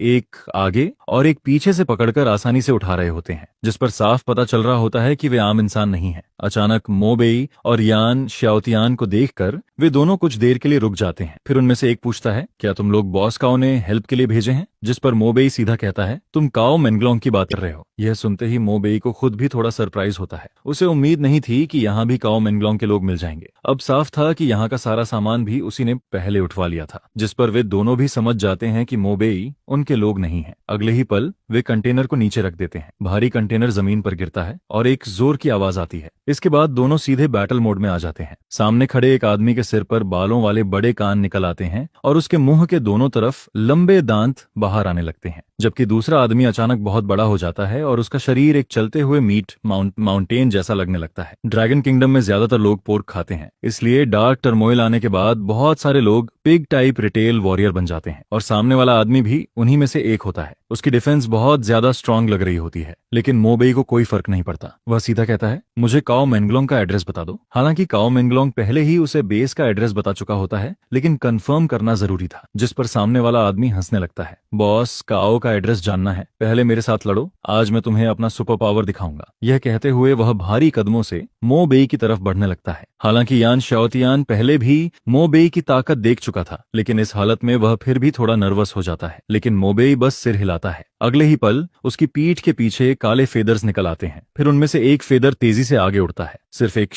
की आवाज आती है और वह फेदर सीधा उस मीट माउंटेन के शरीर को पार कर जाता है, जिस पर उसके अंदर भरा हुआ स्ट्रॉन्ग इलेक्ट्रिक करंट उसके पूरे शरीर में फैल जाता है। अगले ही सेकंड सामने खड़ा हुआ आदमी जोरदार धमाके के साथ फट जाता है। वह वहीं मर जाता है। ये सब होने के बाद भी मोबेई के चेहरे पर कोई एक्सप्रेशन नहीं आता। वह बिल्कुल काम रहता है। फिर वह दूसरे आदमी की तरफ देखता है और कहता है, अब बता, काओ मेंगलोंग कहाँ है? यह देखकर दूसरा आदमी पूरी तरह डर जाता है। मुझे मत मारो, मैं बता दूंगा, तुम्हें जो जानना है मैं सब बता दूंगा। डर के मारे उसके पैरों के नीचे से पैल येलो लिक्विड धीरे धीरे जमीन पर गिरने लगता है और वहां बदबू फैल जाती है। उसे समझ ही नहीं आ रहा होता कि सामने खड़ा यह इंसान आखिर है क्या, जिस पर वह जल्दी से कहता है, 5 स्टार गार्डन के पास नेबुला अपार्टमेंट, रूम 288। ये सुनकर मोबेई अपना दायां हाथ उठाता है और एक फेदर निकाल लेता है। फिर वह उसे ऐसे ही आगे फेंक देता है। वह फेदर सीधा उड़कर सामने वाले आदमी के माथे में घुस जाता है, जिस पर उसकी आंखें गोल हो जाती हैं और अगले ही पल वह वहीं मर जाता है। फिर मोबेई मुड़ता है और कहता है, चलो 5 स्टार गार्डन चलते हैं। वह अपना ब्लैक रेनकोट समेटता है और यान शाओतियान से चलने के लिए कहता है, जिस पर यान शाओतियान बस खाली नजरों से सिर हिलाता है और चुपचाप मोबेई के पीछे चलने लगता है। उसके सामने खड़ा यह लड़का जरूरत से ज्यादा स्ट्रांग लगता है। उसके पीछे चलते हुए चाहे पहाड़ चढ़ना हो या आग में जाना हो, उसे किसी बात का डर फील नहीं होता। भले ही उसे पता होता है कि मोबेई अब सीधा काओ मेंगलोंग के अड्डे पर जाने वाला है, लेकिन उसके दिल में बिल्कुल भी डर नहीं होता। इसके बाद दोनों वेयरहाउस से बाहर निकलते हैं और वापस गाड़ी में बैठ जाते हैं। नेविगेशन लगाने के बाद वे वहां से निकल जाते हैं। अच्छी बात यह होती है कि अभी डार्क टर्मोइल की शुरुआत ही हुई होती है, इसलिए नेटवर्क पर ज्यादा असर नहीं पड़ा होता और वह अभी भी नॉर्मली काम कर रहा होता है। 5 स्टार गार्डन भी यहाँ से ज्यादा दूर नहीं होता, जिस पर आधे घंटे से भी कम टाइम में वे वहां पहुंच जाते हैं। रास्ते में मोबेई और यान शाओतियान कई सुपरमार्केट्स और मॉल से धुआं निकलता हुआ देखते हैं। कहीं कहीं लड़ाई की आवाजें भी सुनाई देती हैं, लेकिन मोबेई इन सब पर ध्यान नहीं देता। उसके लिए अभी सबसे जरूरी चीज काओ मेंगलोंग को खत्म करना होता है। जैसे ही वे 5 स्टार गार्डन पहुंचते हैं, मोबेई गाड़ी रोकता है। तभी सामने वाले अपार्टमेंट से एक हट्टा कट्टा आदमी बाहर आता है। उसने जैकेट पहन रखी होती है, जिस पर स्नो वुल्फ बना होता है। उसके पीछे उसके कई छोटे भाई भी बाहर निकलते हैं, जिस पर वह आदमी मोबेई को देखकर कहता है, तुम मोबेई हो। मोबेई भी उसकी तरफ देखकर पूछता है, तुम काओ मेंगलोंग हो? आवाज सुनते ही काओ मेंगलोंग तुरंत मोबेई को पहचान लेता है। यही वह आदमी होता है जिसने उसके 5 लोगों को मार दिया था। शुरू में उसे लगा था कि मोबेई बस बातें कर रहा है, लेकिन उसने नहीं सोचा था कि वह सच में खुद उसके सामने आ जाएगा। और सबसे बड़ी बात,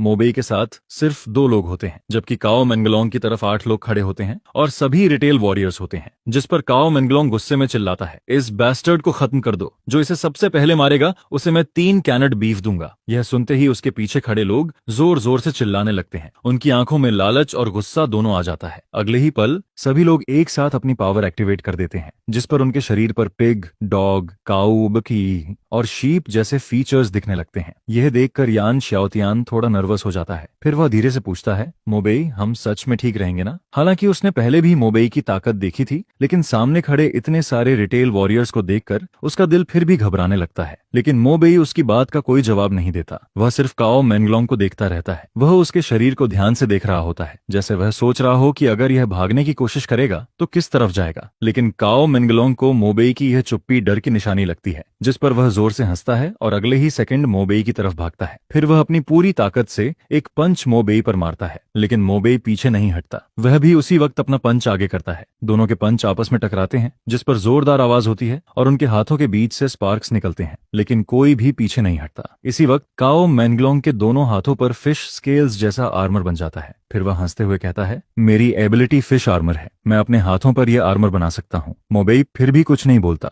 यह देखकर पीछे खड़े छोटे छोटे भाई और भी ज्यादा एक्साइटेड हो जाते हैं। बॉस काओ बहुत स्ट्रांग है, ये बैस्टर्ड ज्यादा देर नहीं टिकेगा, लगता है हमें लड़ने की जरूरत भी नहीं पड़ेगी। यान शाओतियान यह सब सुनकर और भी ज्यादा परेशान हो जाता है, लेकिन तभी मो बेई के कंधे पर बहता हुआ खून अचानक इकट्ठा होने लगता है, जिस पर अगले ही पल उसके कंधे पर एक अजीब इलेक्ट्रिक फिश का सिर बन जाता है। उसकी आंखों से हल्की रोशनी निकल रही होती है और उसका मुंह धीरे धीरे खुलने लगता है। फिर वह सीधा काओ मेंगलोंग के हाथ की तरफ बढ़ता है। काओ मेंगलोंग को बिल्कुल भरोसा होता है कि उसका आर्मर उसे बचा लेगा। उसे लगता है कि सामने वाला उसके डिफेंस को तोड़ ही नहीं पाएगा, लेकिन अगले ही सेकंड उस फिश हेड के तेज दांत उसके आर्मर को ऐसे चीर देते हैं जैसे वह कुछ था ही नहीं, जिस पर वह सीधा काओ मेंगलोंग के हाथ के अंदर घुस जाता है। फिर उसके बाद एक बहुत ही तेज सक्शन शुरू हो जाती है। काओ मेंगलोंग का खून तेजी से बाहर निकलने लगता है। यह फील होते ही काओ मेंगलोंग पहली बार सच में डर जाता है। उसे समझ आता है कि मो बेई बिल्कुल सिंपल इंसान नहीं है। वह पीछे हटना चाहता है, लेकिन मो बेई दोनों हाथों से उसके कंधे पकड़ लेता है, जिस पर काओ मेंगलोंग का खून लगातार बाहर निकलता रहता है। उसका चेहरा धीरे धीरे सफेद पड़ने लगता है, उसका पूरा शरीर कमजोर होने लगता है, और दूसरी तरफ मो बेई को फील होता है कि उसके शरीर की ताकत वापस आ रही है। उसके कंधे पर बना वो फिश हेड भी और ज्यादा बड़ा और लाल हो जाता है। कुछ ही देर में काओ मेंगलोंग के शरीर में एक बूंद भी खून नहीं बचता, जिस पर उसका शरीर सूखकर एकदम पतला हो जाता है और वह वहीं गिर जाता है। यह देखकर यान शाओतियान पूरी तरह शॉक में खड़ा रह जाता है। उसके सामने कुछ सेकंड्स पहले तक जिंदा खड़ा काओ मेंगलोंग अब एक सूखी हुई बॉडी बन चुका होता है, और पीछे खड़े बाकी छोटे भाई भी यह देखकर पूरी तरह डर जाते हैं। अभी कुछ देर पहले तक उनका बॉस बिल्कुल ठीक था, लेकिन अगले ही पल वह इस हालत में पहुंच गया। उन्हें समझ ही नहीं आता कि आखिर हुआ क्या, जिस पर उनमें से एक जोर से चिल्लाता है, भागो। अगले ही पल बाकी सभी लोग पीछे मुड़कर भागने लगते हैं, लेकिन मो बेई के चेहरे पर कोई एक्सप्रेशन नहीं आता। उसकी पीठ के पीछे फिर से ब्लैक फेदर्स निकल आते हैं, और काओ मेंगलोंग का खून एब्जॉर्ब करने के बाद उन फेदर्स पर कुछ लाल लाइंस भी दिखाई देने लगती हैं। फिर अगले ही पल सारे फेदर्स एक साथ हवा में उठते हैं, और उसके बाद वे सीधा भागते हुए लोगों की तरफ उड़ जाते हैं, जिस पर एक के बाद एक लोग वहीं गिरने लगते हैं। पूरी लड़ाई एक तरफा हो जाती है। ज्यादा देर नहीं लगती और मो बेई आराम से सबको खत्म कर देता है, जिस पर यान शाओतियान बस वहीं खड़ा रह जाता है और सामने फैली हुई खून की स्मेल को चुपचाप फील करता रहता है। उसकी नाक में इतनी भयानक बदबू जाती है जिसे फील करके उसे तुरंत उल्टी करने का मन होने लगता है, लेकिन यान शाओतियान बहुत अच्छे से जानता है कि ऐसे खराब टाइम में इस तरह की चीजें बिल्कुल नॉर्मल होती हैं, जिस पर यानली यह सब देखकर थोड़ा शॉक्ड हो जाता है, और वहीं मो बेई भी थोड़ा हैरान होता है, लेकिन उसे बिल्कुल उम्मीद नहीं होती कि यान शाओतियान जैसा इतना बड़ा और स्ट्रांग इंसान भी ये सब सह लेता है। जिस पर मो बेई कहता है, पहले इसे सॉल्व करते हैं, सप्लाईज शायद अपार्टमेंट के अंदर ही होंगी, सबको कार से बाहर निकालो और ऐसा दिखाओ जैसे हम लोग किसी मुसीबत में फंसे हुए हैं। यह सुनकर यान शाओतियान सिर हिलाता है और फिर कार का पीछे वाला कंपार्टमेंट खोल देता है, जिसके बाद जब सभी लोग अपार्टमेंट के अंदर पहुंचते हैं तब उन्हें काओ मेंगलोंग और उसके लोगों के द्वारा जमा किया गया बहुत सारा सामान दिखाई देता है। यह देखकर वहां मौजूद सभी लोग खुशी से पागल होने लगते हैं, जिस पर सभी लोग बहुत सावधानी से हर सामान को उठाना शुरू करते हैं, कोई भी चीज खराब ना हो जाए। इस वजह से हर फूड आइटम और डेली जरूरत की चीज को एक एक करके बहुत ध्यान से बाहर लाया जाता है। हालांकि यह सब सिर्फ खाने पीने और रोजमर्रा के सामान होते हैं, लेकिन इस टाइम पर इनकी कीमत गोल्ड और डायमंड से भी ज्यादा होती है। इसके बाद ताकि कुछ भी गलत ना हो, मो बेई खुद उन सामानों को ट्रक तक पहुंचाने का काम देखने लगता है, लेकिन तभी जब सभी लोग सामान लेकर वापस जा रहे होते हैं तभी अचानक एक एक्सीडेंट जैसा सीन सामने आता है। एक बहुत बड़ा हाथ अचानक ट्रक के सामने आकर उसे रोक देता है, जिसे देखकर सभी लोग डर जाते हैं। वह एक प्लेन क्लॉथ्स वाइल्ड डॉग होता है। उसके पूरे शरीर पर ऐसे बाल होते हैं जैसे हजारों नुकीली सुइयां लगी हों। उसके मोटे और ताकतवर पैर जमीन को पकड़कर आगे की तरफ झुके हुए होते हैं, और वह पूरे ट्रक का रास्ता रोककर खड़ा रहता है, जिस पर उसका भद्दा और खतरनाक हाथ सीधे मो बेई की तरफ बढ़ने लगता है। लेकिन मो बेई एक भी बेकार बात नहीं करता, जिस पर वह तुरंत कार का डोर खोलता है और नीचे उतर जाता है। लेकिन जैसे ही मो बेई नीचे उतरता है तभी दोनों तरफ की गलियों से एक के बाद एक और बड़े बड़े हाथ बाहर आने लगते हैं। देखते ही देखते वहां कुल 8 ऐसे मॉन्स्टर खड़े हो जाते हैं। वे सभी ग्रीन कपड़ों में होते हैं, लेकिन उनके शरीर किसी इंसान जैसे नहीं बल्कि जानवरों जैसे दिखते हैं। ऐसा लगता है जैसे शहर में मौजूद अलग अलग पेट्स म्यूटेट होकर इन मॉन्स्टर्स में बदल गए हों, और फिर वे सभी मिलकर मो बेई को ग्रुप में घेरने की कोशिश करते हैं, जिस पर मो बेई की पीठ के पीछे अचानक काले रंग के बड़े बड़े फेदर्स निकलने लगते हैं, जिसके बाद उसका पूरा शरीर हवा में ऊपर उठ जाता है, और फिर उसकी पीठ से निकले हुए उन फेदर्स की जड़ें अचानक एक्सप्लोड करती हैं, और अगले ही पल वे सीधे उन मॉन्स्टर्स के शरीर में घुस जाती हैं, जिस पर हवा में खड़ा मो बेई अपने फेदर्स को फैलाता है और फिर उनसे एक बेहद तेज और खतरनाक अटैक करता है, जिसे देखकर साफ दिखाई देता है कि उन मॉन्स्टर्स के शरीर तेजी से सूखने लगते हैं। उनके अंदर का खून, ताकत और लाइफ फोर्स पल भर में खिंचने लगती है, और कुछ ही सेकंड के अंदर वे सभी जमीन पर गिर जाते हैं। जिस पर दूसरी तरफ मोबेई को ऐसा फील होने लगता है जैसे उसका पूरा शरीर फिर से ताकत से भर गया हो, जैसे उसने अब तक जो भी एनर्जी खर्च की थी वह सब वापस आ गई हो और उसका शरीर फिर से अपनी पीक कंडीशन में पहुंच गया हो। इसके बाद मोबेई उन मॉन्स्टर्स की डेड बॉडी के पास जाता है और फिर अपने हाथों से उनके शरीर को चेक करने लगता है। कुछ देर बाद उसे उनके अंदर से कुछ ट्रांसपेरेंट गोल्डन क्रिस्टल्स मिलते हैं, जिस पर मोबेई समझ जाता है कि ये उन्हीं मॉन्स्टर्स के गोल्डन कोर हैं। इनमें उनकी ताकत का सोर्स जमा होता है। अगर कोई इन्हें एब्जॉर्ब कर ले तो उसकी अपनी ताकत भी बढ़ सकती है, लेकिन आम लोगों को इन्हें एब्जॉर्ब करने में बहुत टाइम लगता है, बिल्कुल ऐसे जैसे किसी स्टील को धीरे धीरे मेल्ट किया जाता है। उन्हें स्टेप बाय स्टेप आगे बढ़ना पड़ता है। लेकिन मोबेई अलग होता है, जिस पर उसके हाथ की हथेली में एक अजीब सी डार्क ब्रेथ दिखाई देने लगती है और फिर वह उन गोल्डन कोर को सीधे निगल लेता है। अगले ही पल एक बेहद प्योर एनर्जी उसके शरीर के अंदर जाने लगती है,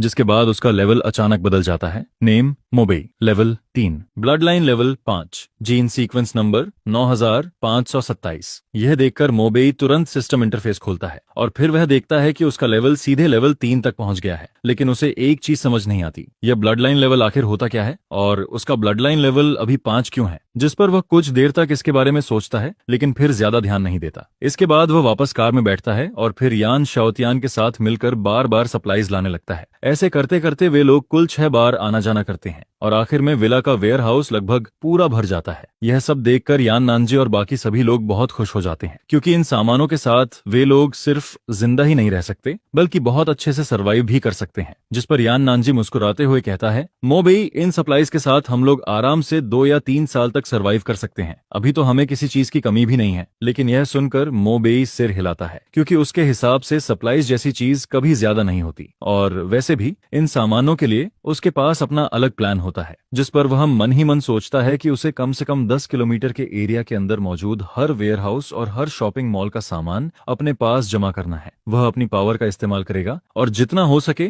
उतनी सप्लाईज इकट्ठा करेगा। इसके बाद शाम होते होते और फिर सनसेट के बाद मोबेई आसपास के लगभग हर वेयर हाउस और शॉपिंग मॉल को लूट चुका होता है। और जहां तक बाकी लोगों की लाइफ और डेथ का सवाल होता है, तो सच कहें तो उसे इससे कोई फर्क नहीं पड़ता। इस दुनिया में अब हर इंसान को सिर्फ अपने बारे में सोचना पड़ता है और मोबेई भी यही करता है। रात होने के बाद बाहर का माहौल अभी भी खतरनाक बना रहता है। सभी लोग जानते हैं कि दोबारा बारिश होने के बाद बाहर निकलना मौत को बुलाने जैसा होगा, जिस पर सभी लोग अपने अपने घरों के अंदर छिपे रहते हैं। लेकिन मोबेई की विला बाकी सबसे अलग होती है। वहां चारों तरफ लाइट्स जल रही होती हैं और धीरे धीरे बारबेक्यू की खुशबू पूरे एरिया में फैलने लगती है, क्योंकि मोबेई की देखरेख में वहां एक शानदार डूम्सडे बारबेक्यू पार्टी तैयार की जा रही होती है, जिस पर बारबेक्यू की खुशबू धीरे धीरे पूरी विला एरिया में फैलने लगती है और बहुत सारे लोगों का ध्यान अपनी तरफ खींचती है। और फिर कुछ ही देर बाद एक बिना बुलाया हुआ आदमी विला के बाहर आ जाता है। वह एक सूट पहना हुआ मिडिल एज्ड आदमी होता है, जो बाहर खड़े होकर कहता है, सर, मैंने पूरे दिन से कुछ गर्म नहीं खाया है, क्या आप मुझे थोड़ा सा खाना दे सकते हैं? मैं आपसे भीख मांगता हूँ। जिस पर उस आदमी को देखते ही यान नानजी अचानक मुस्कुराने लगता है, क्योंकि वह आदमी उसका पुराना राइवल होता है। उसकी रॉयल ग्रुप बस थोड़ा सा ही पीछे थी यान नानजी की तियानसिंग ग्रुप से। और जब यान नानजी ने पहले मोबेई से उस डार्क केओस के बारे में सुना था, तब उसने यह सोचकर कि चाहे बात सच हो या झूठ, पहले से तैयारी करना ज्यादा सही रहेगा, तुरंत अपनी विला को मजबूत करना शुरू कर दिया था। जिस पर उसने अपने लोगों को बाहर भेजकर बहुत सारी खरीदारी भी करवाई थी। वह बड़े स्केल पर फूड खरीद रहा होता है, लेकिन तभी यह आदमी उससे टकरा जाता है और फिर उसे टॉन्ट करने लगता है। वह कहता है कि तुम्हारा दिमाग खराब हो गया है। व्हाइट प्रेसिडेंट कंपनी जाकर पूरा सिचुएशन हैंडल करने की जगह यहाँ आकर सप्लाईज जमा कर रहा है। जिस पर हुआंग जियानमिन कहता है, बॉस हुआंग, आपको याद होगा जब मैं सप्लाईज जमा कर रहा था तब आपने मुझे देखकर हंसते हुए कहा था कि मैं पागल हो गया हूँ, लेकिन अब मैं सच में भूख से मरने वाला हूँ। सर, पुरानी बातों को भूल जाइए। रॉयल ग्रुप का प्रेसिडेंट होकर भी मेरे पास खाने को कुछ नहीं है। जिस पर यान नानजी कहता है, यहाँ मजाक मत करो, मेरे पास सच में कोई एक्स्ट्रा खाना नहीं है। यह सुनकर हुआंग जियानमिन जल्दी से कहता है, ऐसा मत कहिए कि आपका खाना खत्म हो गया है। मैं आपका सामान फ्री में नहीं लूंगा, मैं उसके बदले में कुछ दे सकता हूँ। जिस पर हुआंग जियानमिन अपनी वॉच उतारकर यान नानजी की तरफ बढ़ाता है, लेकिन यान नानजी उसे देखकर कहता है, बॉस हुआंग, आपको भी पता होना चाहिए कि इस दुनिया में एक्सपेंसिव वॉचेस की कोई वैल्यू नहीं बची है। यह सुनकर हुआंग जियानमिन जल्दी से कहता है, मेरे गैराज में अभी भी टॉप लग्जरी कार्स और सुपर कार्स हैं, मैं आपको सब दे दूंगा। जिस पर यान नानजी मोबेई की तरफ देखता है और फिर कहता है, मोबेई, ये सारी सप्लाईज तुमने लाई हैं, अब तुम ही बताओ कि क्या करना है। जिस पर मोबेई हल्का सा हंसता है और फिर कहता है, बॉसियन, आप क्या सोचते हो? यह सुनकर यान नानजी बिना कुछ सोचे सीधा कह देता है, तो फिर कुछ मत दो। जिस पर वह दोबारा हुआंग जियानमिन की तरफ देखकर कहता है, तुम अभी भी इंसान नहीं बने, क्या तुम सच में चाहते हो कि मैं तुम्हें यहाँ मरता हुआ देखूं? उसी समय समय वहाँ बाकी जगहों के कुछ और बॉसेस भी आ जाते हैं। वे सभी बाहर खड़े होकर यह सब देख रहे होते हैं। उन सबके चेहरे पर डर और बेचैनी साफ दिखाई दे रही होती है, जिस पर उनमें से एक कहता है, हम सब इंसान हैं, तुम लोग इतने कोल्ड और डेंजरस कैसे हो सकते हो। यह सुनते ही यान नांजी के पूरे शरीर की मसल्स अचानक फूलने लगती हैं और अगले ही पल वह एक बहुत बड़े मस्कुलर बुलहेड में बदल जाता है। उसकी नाक से गर्म हवा निकलती है और फिर वह एक जोरदार रोर करता है। उसकी आवाज इतनी खतरनाक होती है कि वहां मौजूद सभी लोगों के कान लगभग फटने लगते हैं, जिस पर कोई भी वहां रुकने की हिम्मत नहीं करता। फिर यान नांजी उन सबकी तरफ देखकर कहता है, अब बोलो, तुम में से कौन है जो मेरे सामने खड़े होकर दोबारा यह बात कहेगा। यह देखकर वहां मौजूद सभी लोग तुरंत चुप हो जाते हैं और फिर डरकर वहां से चले जाते हैं, जिस पर यान नांजी अचानक गहरी सांस लेता है और फिर कहता है, मैं यान नांजी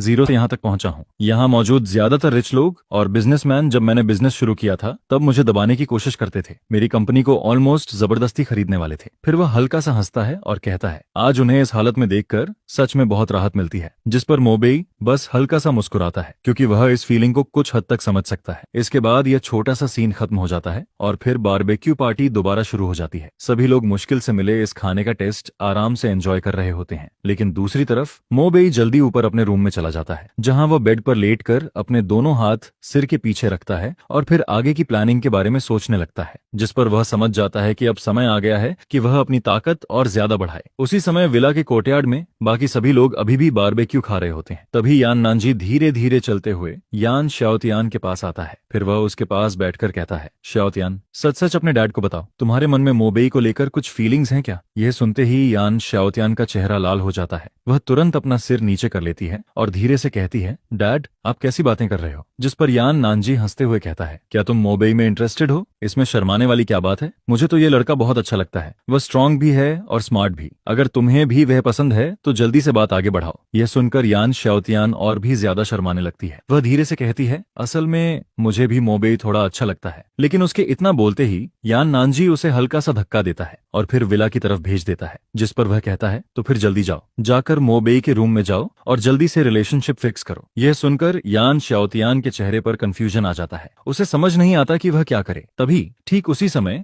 विला के बाहर एक कैडिलैक आकर रुकती है और फिर उसमें से एक येलो हेयर वाला लड़का बाहर निकलता है, जिस पर जैसे ही यान शाओतियान उसे देखती है उसके चेहरे का एक्सप्रेशन तुरंत बदल जाता है और दूसरी तरफ यान नानाजी का चेहरा भी धीरे धीरे डार्क होने लगता है, क्योंकि वह लड़का ली चिंगशान होता है, जो हमेशा से यान शाओतियान के पीछे पड़ा हुआ होता है। फिर ली चिंगशान हंसते हुए कहता है, अंकल यान, आप भी यहाँ हो, बहुत अच्छा हुआ। अब मैं एक रियल वॉरियर बन चुका हूँ। मैं इस बार शाओतियान को प्रपोज करने आया हूँ। अब मैं आपकी प्रेशियस बेटी के लायक हूँ। लेकिन उसे यान नांजी के चेहरे की हालत से कोई फर्क नहीं पड़ता, जिस पर वह अपनी कार का पीछे वाला बॉक्स खोलता है और उसमें से कुछ पुराने और एक्सपायर्ड कैनेड फूड बाहर निकालता है। फिर वह उन कैंस को आगे बढ़ाते हुए कहता है, अंकल यान, शाओतियान, ये फूड रख लीजिए, इसे मेरी तरफ से गिफ्ट समझिए। फिर वह घमंड से कहता है, 30 ईयर कॉन्ट्रैक्ट और 30 साल की मेहनत के बाद अब मैं पहले वाला इंसान नहीं रहा। यह सुनकर यान शाओतियान अपना चेहरा दूसरी तरफ घुमा लेती है। उसकी आंखें थोड़ी लाल हो जाती हैं, लेकिन वह इमोशनल नहीं होती, बल्कि उसे बहुत शर्मिंदगी फील होती है कि ऐसा इंसान उसे पसंद करता है। जिस पर यान नांजी यान शाओतियान के सामने खड़ा हो जाता है और फिर ली चिंगशान की तरफ देखकर कहता है, मैं तुम्हें आखिरी बार समझा रहा हूँ, शांत रहो। लेकिन ली चिंगशान हंसते हुए कहता है, अब मैं एक हाई लेवल वॉरियर हूँ। अगर आपको अभी भी यकीन नहीं है तो मुझे मारकर देख लीजिए। मैं आपको 3 पंच मारने का मौका देता हूँ। यह सुनते ही यान नांजी का गुस्सा पूरी तरह फट जाता है। अगले ही पल उसका शरीर फिर से बदलने लगता है और वह एक 3 मीटर लंबे मसलर बुलहेड में बदल जाता है। फिर वह दांत भींचते हुए कहता है, अगर तुम मेरे 3 पंच झेल गए तो मैं शाओतियान की शादी तुमसे कर दूंगा। यह देखकर ली चिंगशान भी थोड़ा घबरा जाता है, लेकिन फिर भी वह हिम्मत दिखाते हुए कहता है, ठीक है, जैसा आपने कहा, अगर मैं आपके 3 पंच झेल गया तो शाओतियान मेरी होगी। जिस पर यान नांजी उसे घूरते हुए एक एक शब्द बोलता है, मैं कोई सिविलाइज्ड आदमी नहीं हूँ और मैं जेंटलमैन बनने का नाटक भी नहीं करता। लेकिन तभी ली चिंगशान पीछे हटने लगता है और फिर कहता है, अगर आपको मैं पसंद नहीं हूँ तो मैं चला जाता हूँ, लेकिन अंकल यान, मैं शाओतियान को बहुत अच्छे से रखूंगा। आखिर वह सिर्फ एक नॉर्मल लड़की है, अगर वह मेरे साथ रहेगी तो उसे कभी तकलीफ नहीं होगी। यह सुनते ही यान नांजी पूरी तरह भड़क जाता है, जिस पर वह तुरंत पास में रखा बारबेक्यू ग्रिल उठा लेता है। जिस पर यान नांजी वह बारबेक्यू ग्रिल उठाकर सीधे कैडिलैक की तरफ फेंक देता है और दूसरी तरफ ली चिंगशान जल्दी से वहां से भागने लगता है। उसके हाथ में अभी भी वे 7 एक्सपायर्ड कैंड फूड होते हैं, लेकिन भागते हुए भी वह पीछे मुड़कर देखना नहीं भूलता। जिस पर यान नांजी गुस्से गुस्से में उसे घूरता रहता है। वह सिर्फ यही सोचता है कि काश उसने अभी कम खाना नहीं खाया होता, वरना वह अभी उड़कर उस लड़के को टुकड़ों में फाड़ देता। इसके बाद जब ली चिंगशान वहां से चला जाता है तब यान नानजी वापस अपने नॉर्मल रूप में आ जाता है। फिर वह यान शाओतियान की तरफ देखता है और बाकी सभी लोगों के सामने कहता है, शाओतियान, मोबेई वाली बात के बारे में फिर से सोचो, जल्दी शुरू करो। यह सुनकर यान शाओतियान इस बार मना नहीं करती। उसके अंदर सिर्फ नर्वसनेस होती है। वह धीरे से सिर हिलाती है, जिस पर उसके मन में उसके डैड की बातें बार बार घूमने लगती हैं। आखिर रिटेल वॉरियर सिस्टम वाले लोग नॉर्मल इंसानों से कई गुना ज्यादा स्ट्रांग होते हैं और वह दूसरी चीजों में भी वैसे ही होते हैं। मोबेई की ताकत इतनी ज्यादा है कि वह खुद नहीं जानती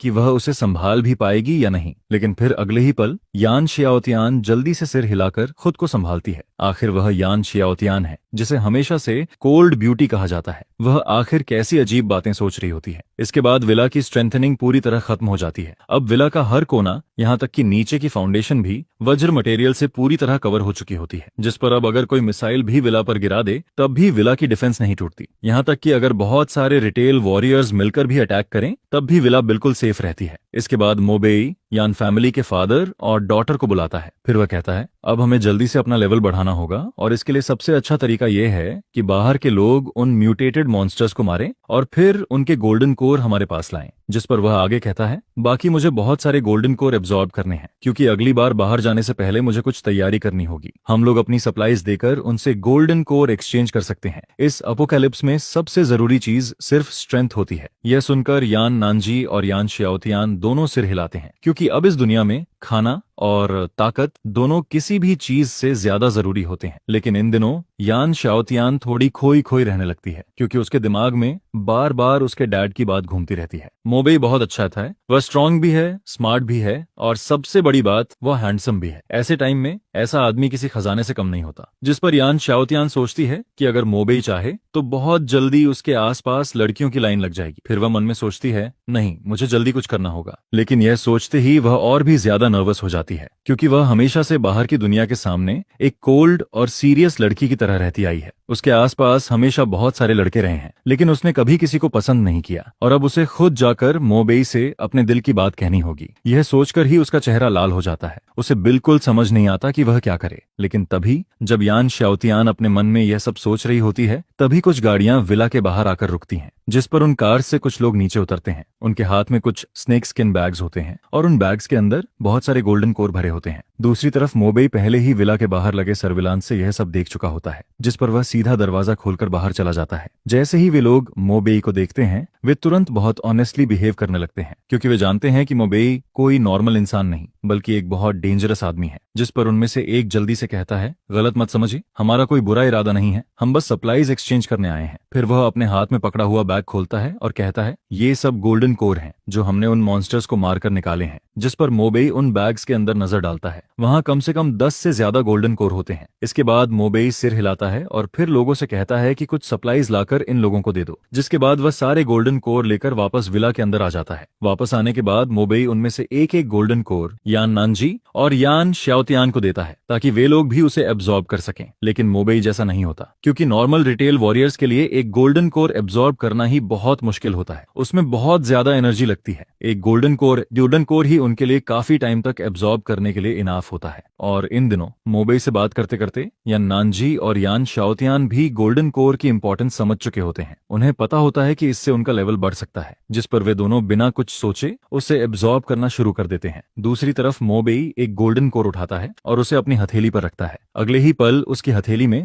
वही काली ब्रेथ दिखाई देने लगती है और फिर वह उस गोल्डन कोर को सीधे एब्जॉर्ब कर लेता है। जिस पर एक म्यूटेटेड बीस्ट का गोल्डन कोर पल भर में पूरी तरह मोबेई के अंदर चला जाता है और वह बिना रुके दूसरा फिर तीसरा एब्जॉर्ब करता रहता है। यह देखकर यान नानजी और यान शाओतियान दोनों पूरी तरह शॉक्ड रह जाते हैं क्योंकि वे लोग अभी तक एक गोल्डन कोर भी पूरा एब्जॉर्ब नहीं कर पाए होते और मोबेई पहले ही 2 बैग्स खत्म कर चुका होता है। जिस पर दोनों के मन में सिर्फ एक ही बात आती है, वे भी रिटेल वॉरियर्स हैं लेकिन मोबेई और उनके बीच का फर्क बहुत ज्यादा है। वह इंसान कम, मॉन्स्टर ज्यादा लगता है। इसके बाद अगले कुछ दिन काफी शांति से गुजरते हैं। बीच बीच में लोग आते रहते हैं और गोल्डन कोर देकर सप्लाईज ले जाते रहते हैं, जिस पर मोबेई को इससे कोई प्रॉब्लम नहीं होती, क्योंकि उसके पास जमा की गई सप्लाईज इतनी ज्यादा होती हैं कि अगर पूरा शहर भी एक्सचेंज करने आ जाए तब भी वे खत्म नहीं होंगी। और दूसरी तरफ उन सब गोल्डन कोर का ज्यादातर हिस्सा मोबेई खुद एब्जॉर्ब कर रहा होता है, जिस पर उसकी ताकत लगातार बढ़ती रहती है। कुछ दिनों बाद उसकी स्ट्रेंथ और लेवल फिर से काफी बढ़ जाते हैं, जिस पर मोबेई अपने शरीर में बढ़ी हुई ताकत को फील करता है और फिर धीरे से खुद से कहता है, मुझे अपनी स्ट्रेंथ बढ़ने से ज्यादा नए जेन्स एब्जॉर्ब करने की चिंता है। पता नहीं अगली बार नए जेन्स एब्जॉर्ब करने का मौका कब मिलेगा। इसके बाद रात हो जाती है और हमेशा की तरह मोबेई जल्दी अपने रूम में जाकर आराम करने लगता है, लेकिन तभी उसके कमरे के बाहर हल्के कदमों की आवाज आती है, जिस पर कुछ सेकंड बाद उसका बंद दरवाजा धीरे से खुलता है और फिर एक लड़की धीरे धीरे अंदर आने लगती है। मोबेई तुरंत समझ जाता है कि यह कोई चोर या दुश्मन नहीं है, क्योंकि जो लड़की उसके रूम में चुपके से आई होती है वह यान श्याओतियान होती है। यान श्याओतियान धीरे धीरे चलते हुए बेड के पास आती है, जिस पर मोबेई पहले ही उसके शरीर की हल्की सी खुशबू फील कर चुका होता है। इस समय यान श्याओतियान अपनी यूजुअल कोल्ड और प्राउड वाली इमेज से बिल्कुल अलग लग रही होती है। उसका चेहरा पूरा लाल होता है और वह बेड के पास आकर खड़ी हो जाती है। फिर वह बार बार अपनी सांसों को कंट्रोल करने की कोशिश करती है और खुद को हिम्मत देने लगती है, लेकिन इसके बाद भी उसका दिल इतनी तेजी से धड़क रहा होता है जैसे अभी बाहर निकल आएगा। जिस पर वह अपने मन में सोचती है, मुझे सच में मोबेई अच्छा लगता है, उसने हमारी फैमिली को बचाया है। अगर उस दिन उसने उस इलेक्ट्रिक आदमी को नहीं रोका होता तो मैं और डैड दोनों मर गए होते। इसके बाद वह अपने मन के खिलाफ एक बड़ा फैसला लेती है। फिर धीरे धीरे मोबेई के पास बेड पर लेट जाती है। वह अपनी आंखें बंद कर लेती है और सोने का नाटक करने लगती है, लेकिन मोबेई कोई बेवकूफ नहीं होता। वह तुरंत समझ जाता है कि यान श्याओतियान उसके पास क्यों आई है, जिस पर वह हैरान हो जाता है, क्योंकि उसे लगा था कि यान श्याओतियान सिर्फ उसका एहसान चुकाना चाहती है, लेकिन उसने तो ऐसा कुछ कर दिया जिसकी उसने बिल्कुल उम्मीद नहीं की थी। फिर मोबेई धीरे से कहता है, तुम यहाँ क्या कर रही हो? यह सुनते ही यान श्याओतियान, जो अभी तक अपने दिल की धड़कन दबाने की कोशिश कर रही होती है, डरकर हल्का सा चीख पड़ती है, जिस पर उसका चेहरा और भी ज्यादा लाल हो जाता है। उसकी आंखें इधर उधर देखने लगती हैं। वह कुछ बोल नहीं पाती, लेकिन अगले ही पल वह अपना मन बदल लेती है, क्योंकि वह अब आधे रास्ते में पीछे नहीं हट सकती। जिस पर मोबे कुछ समझ पाता उससे पहले ही यान श्याओतियान अचानक पलटकर उसकी तरफ आ जाती है और फिर वह बिना कुछ बोले अपने गर्म होंठ उसके होंठों पर रख देती है। इसके बाद कमरे में पूरी तरह सन्नाटा छा जाता है। बाहर चांदनी जमीन पर शांत होकर चमक रही होती है, लेकिन वह कमरे के अंदर चल रही गर्माहट तक नहीं पहुंच पाती। इसके बाद अगली सुबह चौथे दिन मोबेई बहुत जल्दी उठ जाता है। उसका चेहरा पहले जैसा ही नॉर्मल होता है, लेकिन दूसरी तरफ यान श्याओतियान लगभग दोपहर में उठती है और जब वह चलती हुई नीचे आती है तब उसका चलने का तरीका थोड़ा अजीब लग रहा होता है, जिस पर लिविंग रूम का माहौल थोड़ा ऑकवर्ड हो जाता है। हालांकि यान नानजी के दिल में बहुत खुशी होती है, लेकिन वह कुछ नहीं कहता। तभी मोबेई अचानक उसकी तरफ देखकर कुछ बोलने लगता है, लेकिन उससे पहले ही यान नानजी हाथ उठाकर कह देता है, तुम दोनों की बातों में मैं नहीं पड़ूंगा, तुम लोग जो करना चाहते हो खुद डिसाइड करो। फिर वह अचानक याद करके कहता है,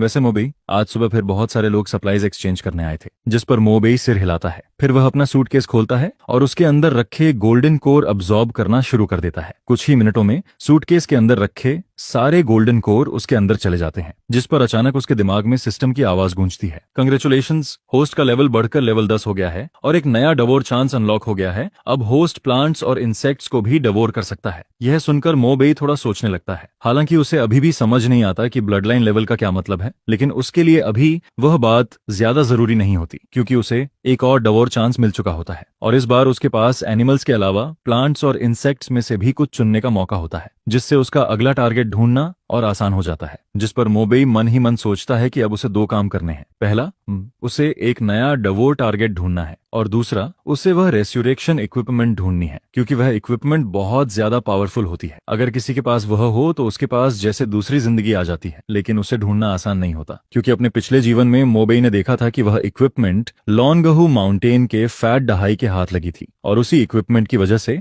वह बहुत पावरफुल बन गया था। सबसे जरूरी बात, फैट दही के पास डिविनेशन की एबिलिटी भी होती है और उसकी मदद से वह हर तरह के ट्रेजर ढूंढ सकता है। जिस पर मोबेई समझ जाता है कि अभी के लिए उसका मेन टारगेट यही है, पहले फैट दहाई को ढूंढना है और फिर उसे अपने साथ लेना है। ये सोचते ही मोबेई यान श्याओतियान को साथ लेकर बाहर निकल जाता है। फिर दोनों विला से निकलकर एक रेड कार में बैठते हैं और लॉन्गहू माउंटेन की तरफ निकल जाते हैं, क्योंकि इस बार वे सप्लाईज कलेक्ट करने नहीं जा रहे होते। रास्ते में यान श्याओतियान उससे पूछती है, हम आखिर वहां क्यों जा रहे हैं? जिस पर मोबेई उससे कुछ नहीं छुपाता। वह फैट दहाई की डिविनेशन एबिलिटी के बारे में बताता है और साथ ही उस रेस्यूरेशन इक्विपमेंट के बारे में भी सब कुछ बता देता है। यह सुनकर यान शाओतियान बहुत शॉक्ड हो जाती है। फिर वह कहती है, यह तो सीधा सीधा रिवाइवल वाली चीज लग रही है, क्या सच में ऐसी इक्विपमेंट मौजूद हो सकती है? लेकिन अगले ही पल वह खुद ही चुप हो जाती है, क्योंकि जब इस दुनिया में जानवर, पेड़ पौधे और कीड़े तक मॉन्स्टर बन सकते हैं तो फिर ऐसी चीज का होना भी उतना शॉकिंग नहीं लगता। इसके बाद रास्ता बिल्कुल खाली रहता है, सड़क पर और कोई गाड़ी नहीं होती, जिस पर वे लोग बिना रुके लगभग 2.5 घंटे तक ड्राइव करते हैं और आखिर में लॉन्गहू माउंटेन पहुंच जाते हैं। लेकिन मोबेई वहां का सीनरी देखने नहीं आया होता, जिस पर वह कार को सीधे टाओइस्ट टेम्पल के बाहर रोक देता है। फिर जैसे ही दोनों कार से नीचे उतरते हैं तभी सामने का दरवाजा अचानक खुल जाता है और उसके बाद टाओइस्ट रोब पहना हुआ एक मोटा आदमी बाहर निकलता है। उसकी आंखें नींद से भरी होती हैं और वह चलते चलते जम्हाई ले रहा होता है। फिर वह कहता है, हम इंसेंस के बदले हर तरह की सप्लाईज ले सकते हैं, सबसे अच्छा होगा अगर तुम्हारे पास फूड हो। लेकिन उसकी बात पूरी होती उससे पहले ही मोबेई अचानक आगे बढ़ता है और सीधा उसके चेहरे पर एक पंच मार देता है, जिस पर फैट दहाई जमीन पर गिर जाता है और फिर शॉक होकर चिल्लाता है, तुम क्या कर रहे हो? लेकिन मोबेई कोई जवाब नहीं देता, वह बस उसे घूरता रहता है, जिस पर फैट दहाई अचानक कांपने लगता है। उसका चेहरा सफेद पड़ जाता है और अगले ही पल वह सीधे मोबेई के सामने घुटनों पर बैठ जाता है। फिर वह जल्दी जल्दी कहता है, भाई मुझे छोड़ दो, मैंने गलती कर दी, तुम्हें जो चाहिए मैं सब दूंगा, बस मुझे मत मारो। यह देखकर यान शाओतियान पूरी तरह कंफ्यूज्ड हो जाती है, उसकी आंखें बड़ी हो जाती हैं क्योंकि उसे समझ ही नहीं आता कि यह सब अचानक क्या हो रहा है। जिस पर फैट दहाई उन दोनों को देखता है, फिर उसकी आंखें घूमती हैं और अगले ही पल वह अचानक पीछे मुड़कर भागने लगता है। फिर भागते हुए वह चिल्लाता है, यह पागल आदमी ऑनेस्ट लोगों को परेशान कर रहा है। हालांकि लॉन्गहू माउंटेन के टाओइस्ट्स के पास भी बॉडी मजबूत करने वाली टेक्निक्स होती हैं, लेकिन वे रिटेल वॉरियर्स जितनी स्ट्रांग नहीं होती और फैट दहाई की असली ताकत तो उसके टैलिस्मैन और मैजिक में होती है। लेकिन अभी वह जल्दी में बाहर आया होता है, उसके पास सिर्फ एक पतला रोब होता है, उसने अपने टैलिस्मैन भी नहीं लिए होते। जिस पर कुछ दूर भागने के बाद फैट दहाई को अचानक थोड़ा कॉन्फिडेंस आ जाता है, लेकिन अगले ही पल उसके चेहरे की स्माइल पूरी तरह गायब हो जाती है क्योंकि मोबेई उसे देख रहा होता है। वो सीधे दाओ फुलू की तरफ देखता है और उसके पीछे एक फेदर शूट कर देता है, जिस पर वह स्टिलनेस सीधे डली हेवनली मास्टर के छोड़े हुए हाई लेवल फुलू को पेनिट्रेट कर देता है। यह देखकर मोबेई एक बहुत ही एक्स्ट्रा ऑर्डिनरी बात बोलता है, जिस पर वो बस अपने फिस्ट्स घुमाता ही रहता है। चाहे फैट है कि आवाज बंद हुई हो या नहीं, उसे बस सामने वाले को उसके दिल तक मारना था। फिर यह पूरा यूरोपियन स्टाइल फाइट करीब आधे घंटे तक चलता है, जिस पर फैट है अब चिल्ला भी नहीं पाता है। उसका गला पूरी तरह इच्ची हो चुका था, उसका बॉडी नंब होने लगता है और धीरे धीरे उसे पेन भी नॉर्मल लगने लगता है। फिर मोबेई उससे कहता है, मुझे चाहिए कि तुम वॉर कैप्चर टेक्निक में मेरे साथ कोऑपरेट करो, जिसके बदले में मैं तुम्हें मटेरियल्स दूंगा। जिस पर मोबेई की बात अभी रिकॉर्ड ही हुई थी कि यान शाओतियान तुरंत एक मीटिंग करता है, फिर बाहर जाता है और फेरारी में रखे कुछ बड़े बड़े बॉक्सेस अंदर लेकर आता है। यह देखकर फैट है तुरंत बोलता है, पूरा लाओ तज्जू को अनपरेड करेगा। ये बात पहले बोलनी चाहिए थी, इतने सारे मटेरियल्स निकाल दिए तो लाओ तज्जू पहले ही मान जाता। इसके बाद मोबेई कई बड़े बॉक्सेस भरकर मटेरियल्स एक्सचेंज करने के लिए तैयार हो जाता है, जिस पर फैट है के पास मना करने की कोई वजह ही नहीं बचती है। फिर मोबेई उससे कहता है, यही कंडीशन है जो मैं दे सकता हूँ, अगर तुम कोऑपरेट करने के लिए मान जाते हो तो नेचुरली सबसे अच्छा रहेगा, लेकिन अगर नहीं मानोगे तो मैं तुम्हें तब तक मारता रहूंगा जब तक तुम मान नहीं जाते। यह सुनकर उसी समय फैट दहाई के होंठ फड़कने लगते हैं, उसकी आंखों के आगे अंधेरा छा जाता है। उसके मन में बस यही आता है कि यह आदमी जरूर किसी मेल हार्मोन का स्प्लिट वर्जन है, इसने चीजों को बहुत ज्यादा ओवर कर दिया है। ये शांग की तरह ही प्रॉपर कॉपी लगता है, अगर सामने वाला एग्री नहीं करता तो ये बस मारना शुरू कर देता है। जिस पर फैट है तुरंत बोलता है, ठीक है मैं मानता हूँ, मैं तुम्हारी बात मानता हूँ, मेरी बैटल कैप्चर टेक्निक सच में कुछ ट्रेजर्स की लोकेशन कैलकुलेट कर सकती है, मैं तुम्हारी हेल्प करूंगा। यह देखकर मोबेई भी थोड़ा हैरान हो जाता है, उसे खुद भी उम्मीद नहीं थी कि यह इतना स्मूथली हो जाएगा। जिस पर उसके मन में आता है कि पहले मारो और फिर बात करो वाला उसका तरीका शायद सच में काम करता है। इसके बाद फैट है जल्दी से अपना सामान पैक करता है और फिर वह लॉन्गहू माउंटेन छोड़ देता है। फिर करीब 2.5 घंटे बाद सभी लोग वापस विला में पहुंचते हैं, जिस पर फेरारी अभी रुकती ही है कि मोबेई अचानक बोलता है, सेकंड रियलम बहुत जल्द खुलने वाला है, इस दौरान तुम हमारे साथ ही रहोगे, अभी तुम्हें कुछ करने की जरूरत नहीं है, बस आराम करो, रिकवर करो और सिचुएशन खुलने का वेट करो। जिस पर फैट दहाई और मेंगडुओ दोनों सिर हिलाते हैं। फिर फैट है को सेटल कर दिया जाता है। इसके बाद मोबेई यान शाओतियान को लेकर यान नानजी के पास जाता है और उसे यहाँ की पूरी सिचुएशन का जनरल आइडिया बताता है। फिर देखते ही देखते शाम हो जाती है और डिनर का टाइम आ जाता है, जिस पर फैट दहाई भी मोबेई और बाकी लोगों के साथ खाना खाने बैठता है। लेकिन मोबेई को जल्द ही महसूस होता है कि फैट दहाई खाना खा नहीं रहा बल्कि पूरा टेबल साफ करता जा रहा है। यहाँ तक कि फेंग ज्यू का जो बच्चों वाला मेन्यू था वह भी उसे बहुत टेस्टी लगने लगता है, जिस पर कुछ ही देर में टेबल पर रखा लगभग सारा खाना खत्म हो जाता है। यह देखकर यान नानजी के मन में भी एक अजीब सा थॉट आता है। उसे लगता है कि यह लड़का कहीं जूबाजी का रीइंकार्नेशन तो नहीं है। यह सुनकर मो बेई के होंठ भी हल्के से ट्विच करते हैं। उसके मन में अचानक डाउट आता है कि क्या वह सच में जिस मोटे आदमी को लेकर आया है वही फ्यूचर में ड्रैगन किंगडम के सबसे बड़े पावर हाउसेस में से एक बनने वाला है। लेकिन वह इन सब बातों को साइड में रख देता है, क्योंकि उसके लिए अभी सबसे इंपॉर्टेंट चीज सेकंड रियलम का रेस्यूरेक्शन लेवल इक्विपमेंट है। वही अभी उसका सबसे बड़ा टारगेट बना हुआ है और अभी भी उसके पास उसे डवोर करने का चांस मौजूद है। जिस पर मो बेई के मन में आता है कि अभी बेकार की बातें सोचने का कोई फायदा नहीं है। उसके लिए सबसे जरूरी चीज बस यही है कि सेकंड रियलम खुलने से पहले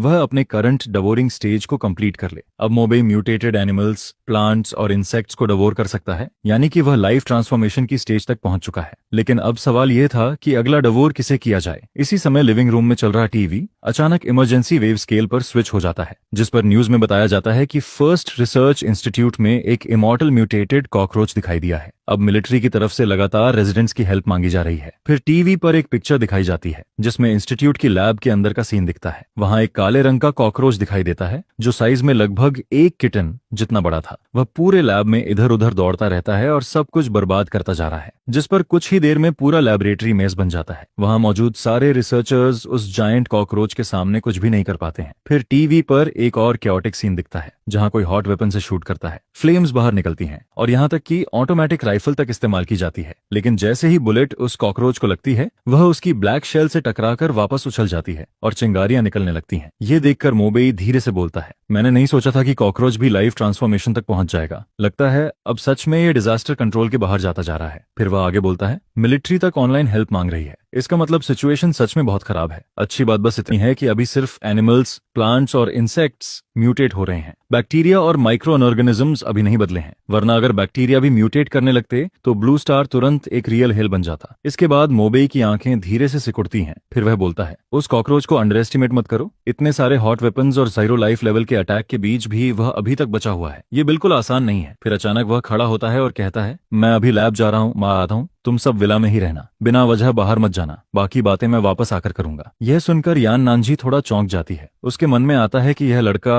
शायद उस लैबोरेटरी में लोगों की हेल्प करने जा रहा है। उसने कभी नहीं सोचा था कि हमेशा दुश्मनों के लिए रशलस रहने वाला मो बेई अंदर से इतना काइंड भी हो सकता है। वहीं दूसरी तरफ फैट दहाई अभी भी अपनी हालत की वजह से ज्यादा स्टेबल नहीं था, जिस पर वह बस सिर उठाकर मो बेई की तरफ देखता है। फिर यान नानजी उससे कहती है, चिंता मत करो, हम सब यहाँ हैं, लेकिन तुम वापस सेफ लौट कर आना। जिस पर मो बेई सिर हिलाता है। फिर वह विला से बाहर निकलता है। इसके बाद फेरारी तेजी से वहां से निकलती है और सीधे फर्स्ट रिसर्च इंस्टीट्यूट की तरफ बढ़ने लगती है। नॉर्मली कोई भी आम इंसान उस जगह के पास जाता तो उसे वार्निंग मिलती या फिर पुलिस स्टेशन ले जाकर पूछताछ की जाती, लेकिन अब डार्क टर्नाइल शुरू हो चुका था, जिस पर पुराने रूल्स की कोई वैल्यू नहीं बची थी। फिर कुछ देर बाद स्टाफ का एक मेंबर मो बेई को लेकर इंस्टीट्यूट के अंदर एक ऑफिस में पहुंचता है। अंदर जाते ही वह सामने बैठे फिगर से एक्साइटेड होकर कहता है, डियन, कोई हमारी रिसर्च इंस्टीट्यूट की हेल्प करने आया है, मैं इन्हें अंदर लेकर आया हूँ। जिस पर ऑफिस के अंदर लेदर सोफा पर एक वुमन बैठी हुई दिखाई देती है। बाहर तेज हवा और बारिश चल रही थी और वह वुमन वही बैठी हुई थी। उसने पहन रखा था लैब की सफेद रोशनी में उसकी सफेद कलाइयां साफ दिख रही थीं और उसकी उंगलियों में एक पेयर ऑफ व्हाइट और पतले ग्लव्स दिखाई दे रहे थे। लेकिन जैसे ही उसने देखा कि वहां सिर्फ एक ही इंसान आया है, वह तुरंत डिसअपॉइंटेड हो जाती है। फिर वह धीरे से बोलती है, तो बस तुम ही आए हो। जिस पर शेन क्यूलान एक गहरी सांस लेती है, फिर उठकर सीधे मो बेई के सामने आ जाती है। उसके पास आते ही एक हल्की सी फ्रेग्रेंस फील होती है। मो बेई भी नोटिस करता है कि वह काफी खूबसूरत है। फिर वह अपना हाथ आगे बढ़ाकर कहती है, मेरा नाम शेन क्यूलन है। जिस पर मो बेई थोड़ा हैरान होता है। उसे वैगली याद आता है कि अगर उसे सही याद है तो ये शेन क्यूलन भी एक एबिलिटी यूजर थी। फिर वह कहता है, मैं मो बेई हूँ। जिस पर शेन क्यूलन बोलती है, सबसे पहले यहाँ आकर हमारी हेल्प करने के लिए थैंक्स, लेकिन ये कॉकरोच बिल्कुल भी कोई नॉर्मल म्यूटेंट बीस्ट नहीं है और हमारे लैब में ज्यादातर लोग सिर्फ बिगिनर लेवल के हैं। फिर वह थोड़ा रुककर कहती है, सब लोग अलग हैं, लेकिन सिंस तुम हेल्प करने आए हो तो मैं बस यही चाहती हूँ कि तुम अपनी सेफ्टी का ध्यान रखो। जिस पर मो बेई सीधा जवाब देता है, डीन शन, बेकार की बातों को रहने दीजिए, अगर मैं यहाँ हेल्प करने आया हूँ तो मैं आपको पीछे नहीं खींचूंगा। इसके बाद शेन क्यूलन खुद मो बेई को लेकर लैबोरेटरी के अंदर जाती है। अंदर का पूरा लैब पूरी तरह मेज बना बना हुआ था। स्पेशल मटेरियल से बनी वॉल्स तक में बड़े बड़े होल्स हो चुके थे। पूरा सीन देखने लायक नहीं था। वहां रिसर्च इंस्टीट्यूट के कई जीरो बीस्ट वॉरियर्स भी मौजूद थे, लेकिन इतने लोगों के होने के बावजूद वह म्यूटेंट कॉकरोच किसी को भी मौका नहीं दे रहा था। फिर अचानक जो म्यूटेंट कॉकरोच इतने लोगों के अटैक के बीच भी बिल्कुल ठीक था, वह अचानक रुक जाता है और सीधे मोबेई की तरफ दौड़ने लगता है। यह देखकर मोबेई भी शॉक्ड रह जाता है और मन ही मन गाली देता है। आधे मीटर जितना बड़ा वह जायंट कॉकरोच एक बेहद अजीब पोज में उसकी तरफ कूदता है, जिस पर मोबेई के दिमाग में बस एक ही बात आती है, इतने सारे लोग यहाँ खड़े हैं और इसके बगल में इतनी खूबसूरत डीन शेन क्यूलान भी खड़ी है, लेकिन यह कॉकरोच सिर्फ मेरी तरफ ही क्यों आ रहा है। वहीं दूसरी तरफ शेन क्यूएलन भी यह देखकर रिएक्ट करती है, लेकिन वह जीरो बीस्ट वॉरियर नहीं थी, इसलिए वह कुछ भी नहीं कर सकती थी। जिस पर पूरा कैओटिक सीन अचानक एक अजीब सी खामोशी में बदल जाता है। वहां मौजूद सभी लोग एक साथ मोबेई की तरफ देखने लगते हैं। सबको लगता है कि अब उसके साथ कुछ बुरा होने वाला है। फिर कुछ देर के लिए मोबेई भी रुक जाता है। वह ऑलमोस्ट अपने ट्रांसफॉर्मेशन स्टेट में जाने ही वाला था, लेकिन तभी अचानक एक ऐसा सीन होता है जिसे देखकर सभी लोग दंग रह जाते हैं, क्योंकि वह कॉकरोच मोबेई पर अटैक नहीं करता, बल्कि वह उसके सामने आकर रुक जाता है, फिर जमीन पर झुक जाता है और उसके मुंह से अजीब सी आवाज निकलने लगती है। जिस पर मोबेई अपना सिर खुजलाता है और कंफ्यूज्ड होकर बोलता है, क्या तुम मुझे सरेंडर कर रहे हो? फिर वह ऑकवर्ड होकर कहता है, ठीक है, थैंक्स। जिस पर वह कॉकरोच फिर से एक आवाज निकालता है, जैसे वह मोबेई की बात का जवाब दे रहा हो। हालांकि मोबेई उसकी आवाज समझ नहीं पाता, लेकिन वह साफ देख सकता था कि उसका पोस्चर नीचे हो गया था, यानी कि वह कॉकरोच सच में उसके सामने सरेंडर कर चुका था। यह देखकर पूरे लैबोरेटरी के रिसर्चर्स और यहाँ तक कि शेन क्यूएलन भी पूरी तरह शॉक्ड रह जाते हैं। उन सब की समझ ही बदल जाती है। फिर मोबेई सीधा शेन क्यूलान की तरफ देखकर कहता है, डैन शेन, लगता है सब सॉल्व हो गया है, इस कॉकरोच को मैं अपने साथ ले जाता हूँ। जिस पर वहां मौजूद सभी लोग बस उसे जाते हुए देखते रह जाते हैं। इसके बाद मोबेई उस कॉकरोच को लेकर लैब से बाहर निकल जाता है। फिर वह उसे एक सुनसान और दूर वाले कोने में ले जाता है। फिर वह कॉकरोच की तरफ देखकर बोलता है, तुम मेरी बात समझ सकते हो, है ना? जिस पर वह कॉकरोच फिर से आवाज निकालता है और हल्का सा अपना सिर झुका देता है, जैसे वह उसकी बात का जवाब दे रहा हो। फिर मोबेई सीधा बोलता है, सेंस तुमने सरेंडर कर दिया है तो अब मैं तुम्हें डिवोर करने वाला हूँ, तुम्हें कोई प्रॉब्लम तो नहीं है? यह सुनते ही वह कॉकरोच अचानक आवाज निकालता है, फिर तुरंत पलटकर भागने लगता है। उसके आठों पैर इतनी तेजी से चलते हैं कि वह ऑलमोस्ट गोली की तरह भागता है। यह देखकर मोबेई समझ जाता है कि सामने वाला सरेंडर तो कर चुका है, लेकिन उसकी अपनी सोच और कॉन्शियसनेस अभी भी बाकी है। वह कोई इमोशनलेस पपेट नहीं बना था। जिस पर मोबेई तुरंत अपनी ट्रांसफॉर्मेशन स्टेट में चला जाता है। अगले ही पल उसके शरीर से बिजली से भरे 2 अटैक्स निकलते हैं और सीधे भागते हुए कॉकरोच की तरफ शूट हो जाते हैं। फिर वह कॉकरोच पूरी तरह बिजली से ढक जाता है, जिस पर मोबेई अपने विंग्स हिलाता है और अगले ही पल उसके सामने पहुंच जाता है। फिर वह अपना सिर नीचे करता है और कॉकरोच के सिर को सीधा काट लेता है। कुछ ही देर में क्रंच जैसी आवाज आने लगती है। फिर कुछ मिनट बाद वह कॉकरोच पूरी तरह मोबेई के द्वारा डिवोर कर लिया जाता है। फिर उसके दिमाग में एक आवाज सुनाई देती है, कंग्रेचुलेशंस होस्ट, आपने म्यूटेंट कॉकरोच को सक्सेसफुली डिवोर कर लिया है। जेनेटिक सीक्वेंस सक्सेसफुली एक्सट्रैक्ट हो चुका है। आपने नई एबिलिटी इवॉल्व की है, स्पिरिट वॉइड टेंटिकल। इसमें पावरफुल डेंजर परसेप्शन एबिलिटी मौजूद है। जिस पर मोबेई थोड़ा कंफ्यूज्ड हो जाता है। स्पिरिट वॉइड टेंटल, यह नाम थोड़ा अजीब है, लेकिन नाम से ज्यादा उसे उस नई डेंजर परसेप्शन एबिलिटी में इंटरेस्ट था। जिस पर अगले ही पल मोबेई अचानक कुछ फील करता है। फिर उसके सिर के ऊपर 2 लंबे और पतले फीलर्स निकल आते हैं। यह देखकर वह तुरंत बोल पड़ता है, यह क्या है? डबल पोनीटेल वॉरियर बन गया हूं क्या? जिस पर उसके होंठ हल्के से ट्विच करने लगते हैं। अब तक हर बार जब भी उसने कोई नया जीन सीक्वेंस डिवोर किया था, उसके शरीर में कुछ चेंजेस हुए थे, जैसे उसकी पीठ पर ब्लैक फॉल्कन के विंग्स आ गए थे या फिर उसके सिर पर इलेक्ट्रिक फीलर्स उग गए थे। लेकिन इस बार म्यूटेंट कॉकरोच को डिवोर करने के बाद उसके सिर पर सच में 2 लंबे फीलर्स निकल आए थे। इसके बाद उसे महसूस होता है कि उसकी सेंसेस कई गुना बढ़ गई हैं। उसके आसपास हवा की हल्की सी मूवमेंट भी अब उससे छुप नहीं सकती थी। और तभी अचानक मोबेई को एक खतरनाक ऑरा फील होता है, जिस पर वो बिना कुछ सोचे तुरंत साइड में हट जाता है। फिर उसके पीछे खड़ा एक बड़ा पेड़ अचानक मरोड़ने लगता है और अगले ही पल वहां करीब 2.5 मीटर लंबा एक जायंट कैमेलियन दिखाई देता है। यह देखकर मोबेई के दिल में एक झटका लगता है, क्योंकि वह कैमेलियन पहले से वहीं छुपा हुआ था, लेकिन उसे उसकी मौजूदगी का जरा भी एहसास नहीं हुआ था। फिर जब चामेलियन देखता है कि उसका अटैक मिस हो गया तो वह जोर से गरजता है, जिस पर अगले ही पल वह अपने चारों पैरों में ताकत लगाकर फिर से मोबेई की तरफ झपटता है। वह सीधा मोबेई की तरफ झपटता है, लेकिन अब मोबेई न सिर्फ सामने वाले की स्लो मूवमेंट को साफ साफ देख पा रहा था, बल्कि वह उसकी पूरी मूवमेंट ट्रैजेक्टरी भी एक्यूरेटली समझ पा रहा था। जिस पर अगले ही पल मोबेई अपना हाथ आगे बढ़ाता है और सीधे उस कैमेलियन के पेट पर रख देता है। फिर अचानक उसके हाथ से अनगिनत तेज दांत बाहर निकलते हैं, जिस पर वह कैमेलियन जोर से चीखने लगता है। उसके पेट का मांस पागलों की तरह फटने लगता है और कुछ ही सेकंड में उसके अंदर के सारे ऑर्गन्स बाहर निकल जाते हैं। जिस पर वह जायंट कैमेलियन वहीं पर तुरंत मर जाता है। यह देखकर मोबे कुछ देर तक अपने खून से भरे हाथ को देखता रहता है। वह काफी देर तक शॉक्ड खड़ा रहता है, फिर धीरे धीरे उसे होश आता है। इसके बाद उसके चेहरे पर एक्साइटमेंट आ जाती है। उसे समझ आ जाता है कि इस कॉकरोच टेंटेकल का इफेक्ट बिल्कुल छोटा नहीं है। इस चीज के साथ जब भी वह किसी से फाइट करेगा उसके पास एक बहुत बड़ा एडवांटेज रहेगा। लेकिन तभी अचानक पूरे आसमान का माहौल बदल जाता है। जो साफ स्काई थी वह अचानक काले बादलों से भर जाती है। फिर दूर किसी डायरेक्शन से एक काला लाइट पिलर सीधा आसमान में उठता है, जिस पर उसी समय वहां मौजूद अनगिनत लोग यह सीन देखते हैं। सेकंड रियलम खुल चुका था। यह देखकर मोबेई की आंखें सिकुड़ जाती हैं। उसकी आंखों में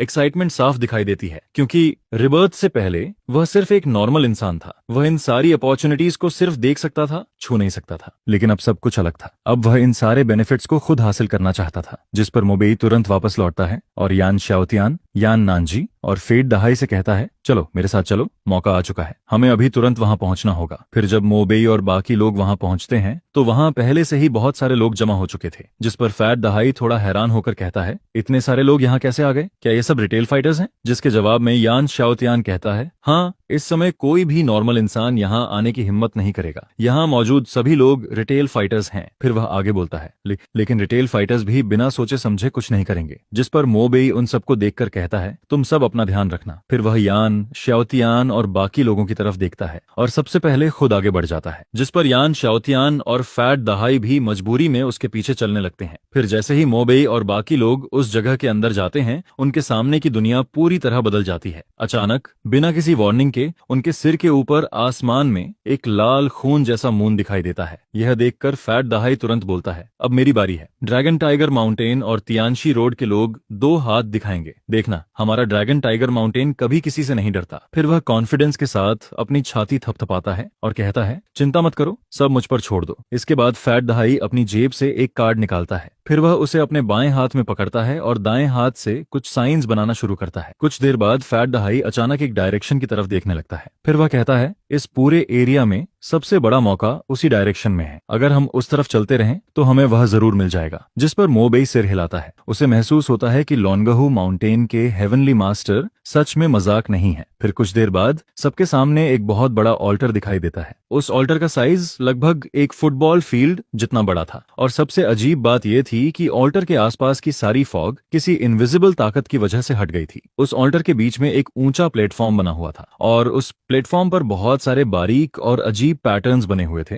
जिन्हें देखकर एक अजीब फीलिंग आती थी। फिर जब मोबेई ऊपर देखता है तो उसे वहां 6 क्रॉसेस दिखाई देते हैं। हर क्रॉस पर एक सेट आर्मर रखा हुआ था। वह पूरा ब्लैक कलर का था और उसके ऊपर एक अजीब सी पावर बह रही थी और हर आर्मर के बीच में एक पेल ब्लू कलर का जेम लगा हुआ था। उस जेम पर भी कुछ अननोन पैटर्न्स बने हुए थे। यह देखकर मोबेई की आंखें चमक उठती हैं, क्योंकि यही वह जगह थी और इन क्रॉसेस पर रखे वही आर्मर्स, वही रेस्यूरेक्शन इक्विपमेंट थे। जिस पर मोबेई बिना एक सेकंड वेस्ट किए अपनी ब्लैक विंग्स फैलाता है और सीधे उस प्लेटफॉर्म की तरफ उड़ने लगता है। लेकिन तभी अचानक एक जोरदार रोर सुनाई देता है जो पूरे अंधेरे आसमान में गूंज जाता है। फिर फॉग के अंदर से एक बहुत बड़ा मॉन्स्टर बाहर आता है और सीधे ऑल्टर के सामने उतर जाता है, जिस पर वह मोबेई का रास्ता रोक देता है। उस मॉन्स्टर का पूरा शरीर फॉग में छिपा हुआ था, लेकिन फिर भी उसका बड़ा बॉडी और हाथ में पकड़ा हुआ ट्राइडेंट साफ दिखाई दे रहा था। उस ट्राइडेंट पर नीली आग जल रही थी। यह देखकर मोबेई का चेहरा सीरियस हो जाता है, क्योंकि उसे तुरंत समझ आ जाता है कि यह डार्क साउंड फॉरेस्ट का मॉन्स्टर है। लेकिन यह कोई normal dark sound forest monster नहीं था। यह एक एलीट लेवल का डार्क साउंड फॉरेस्ट मॉन्स्टर था और उसके शरीर से निकलने वाली ऑरा देखकर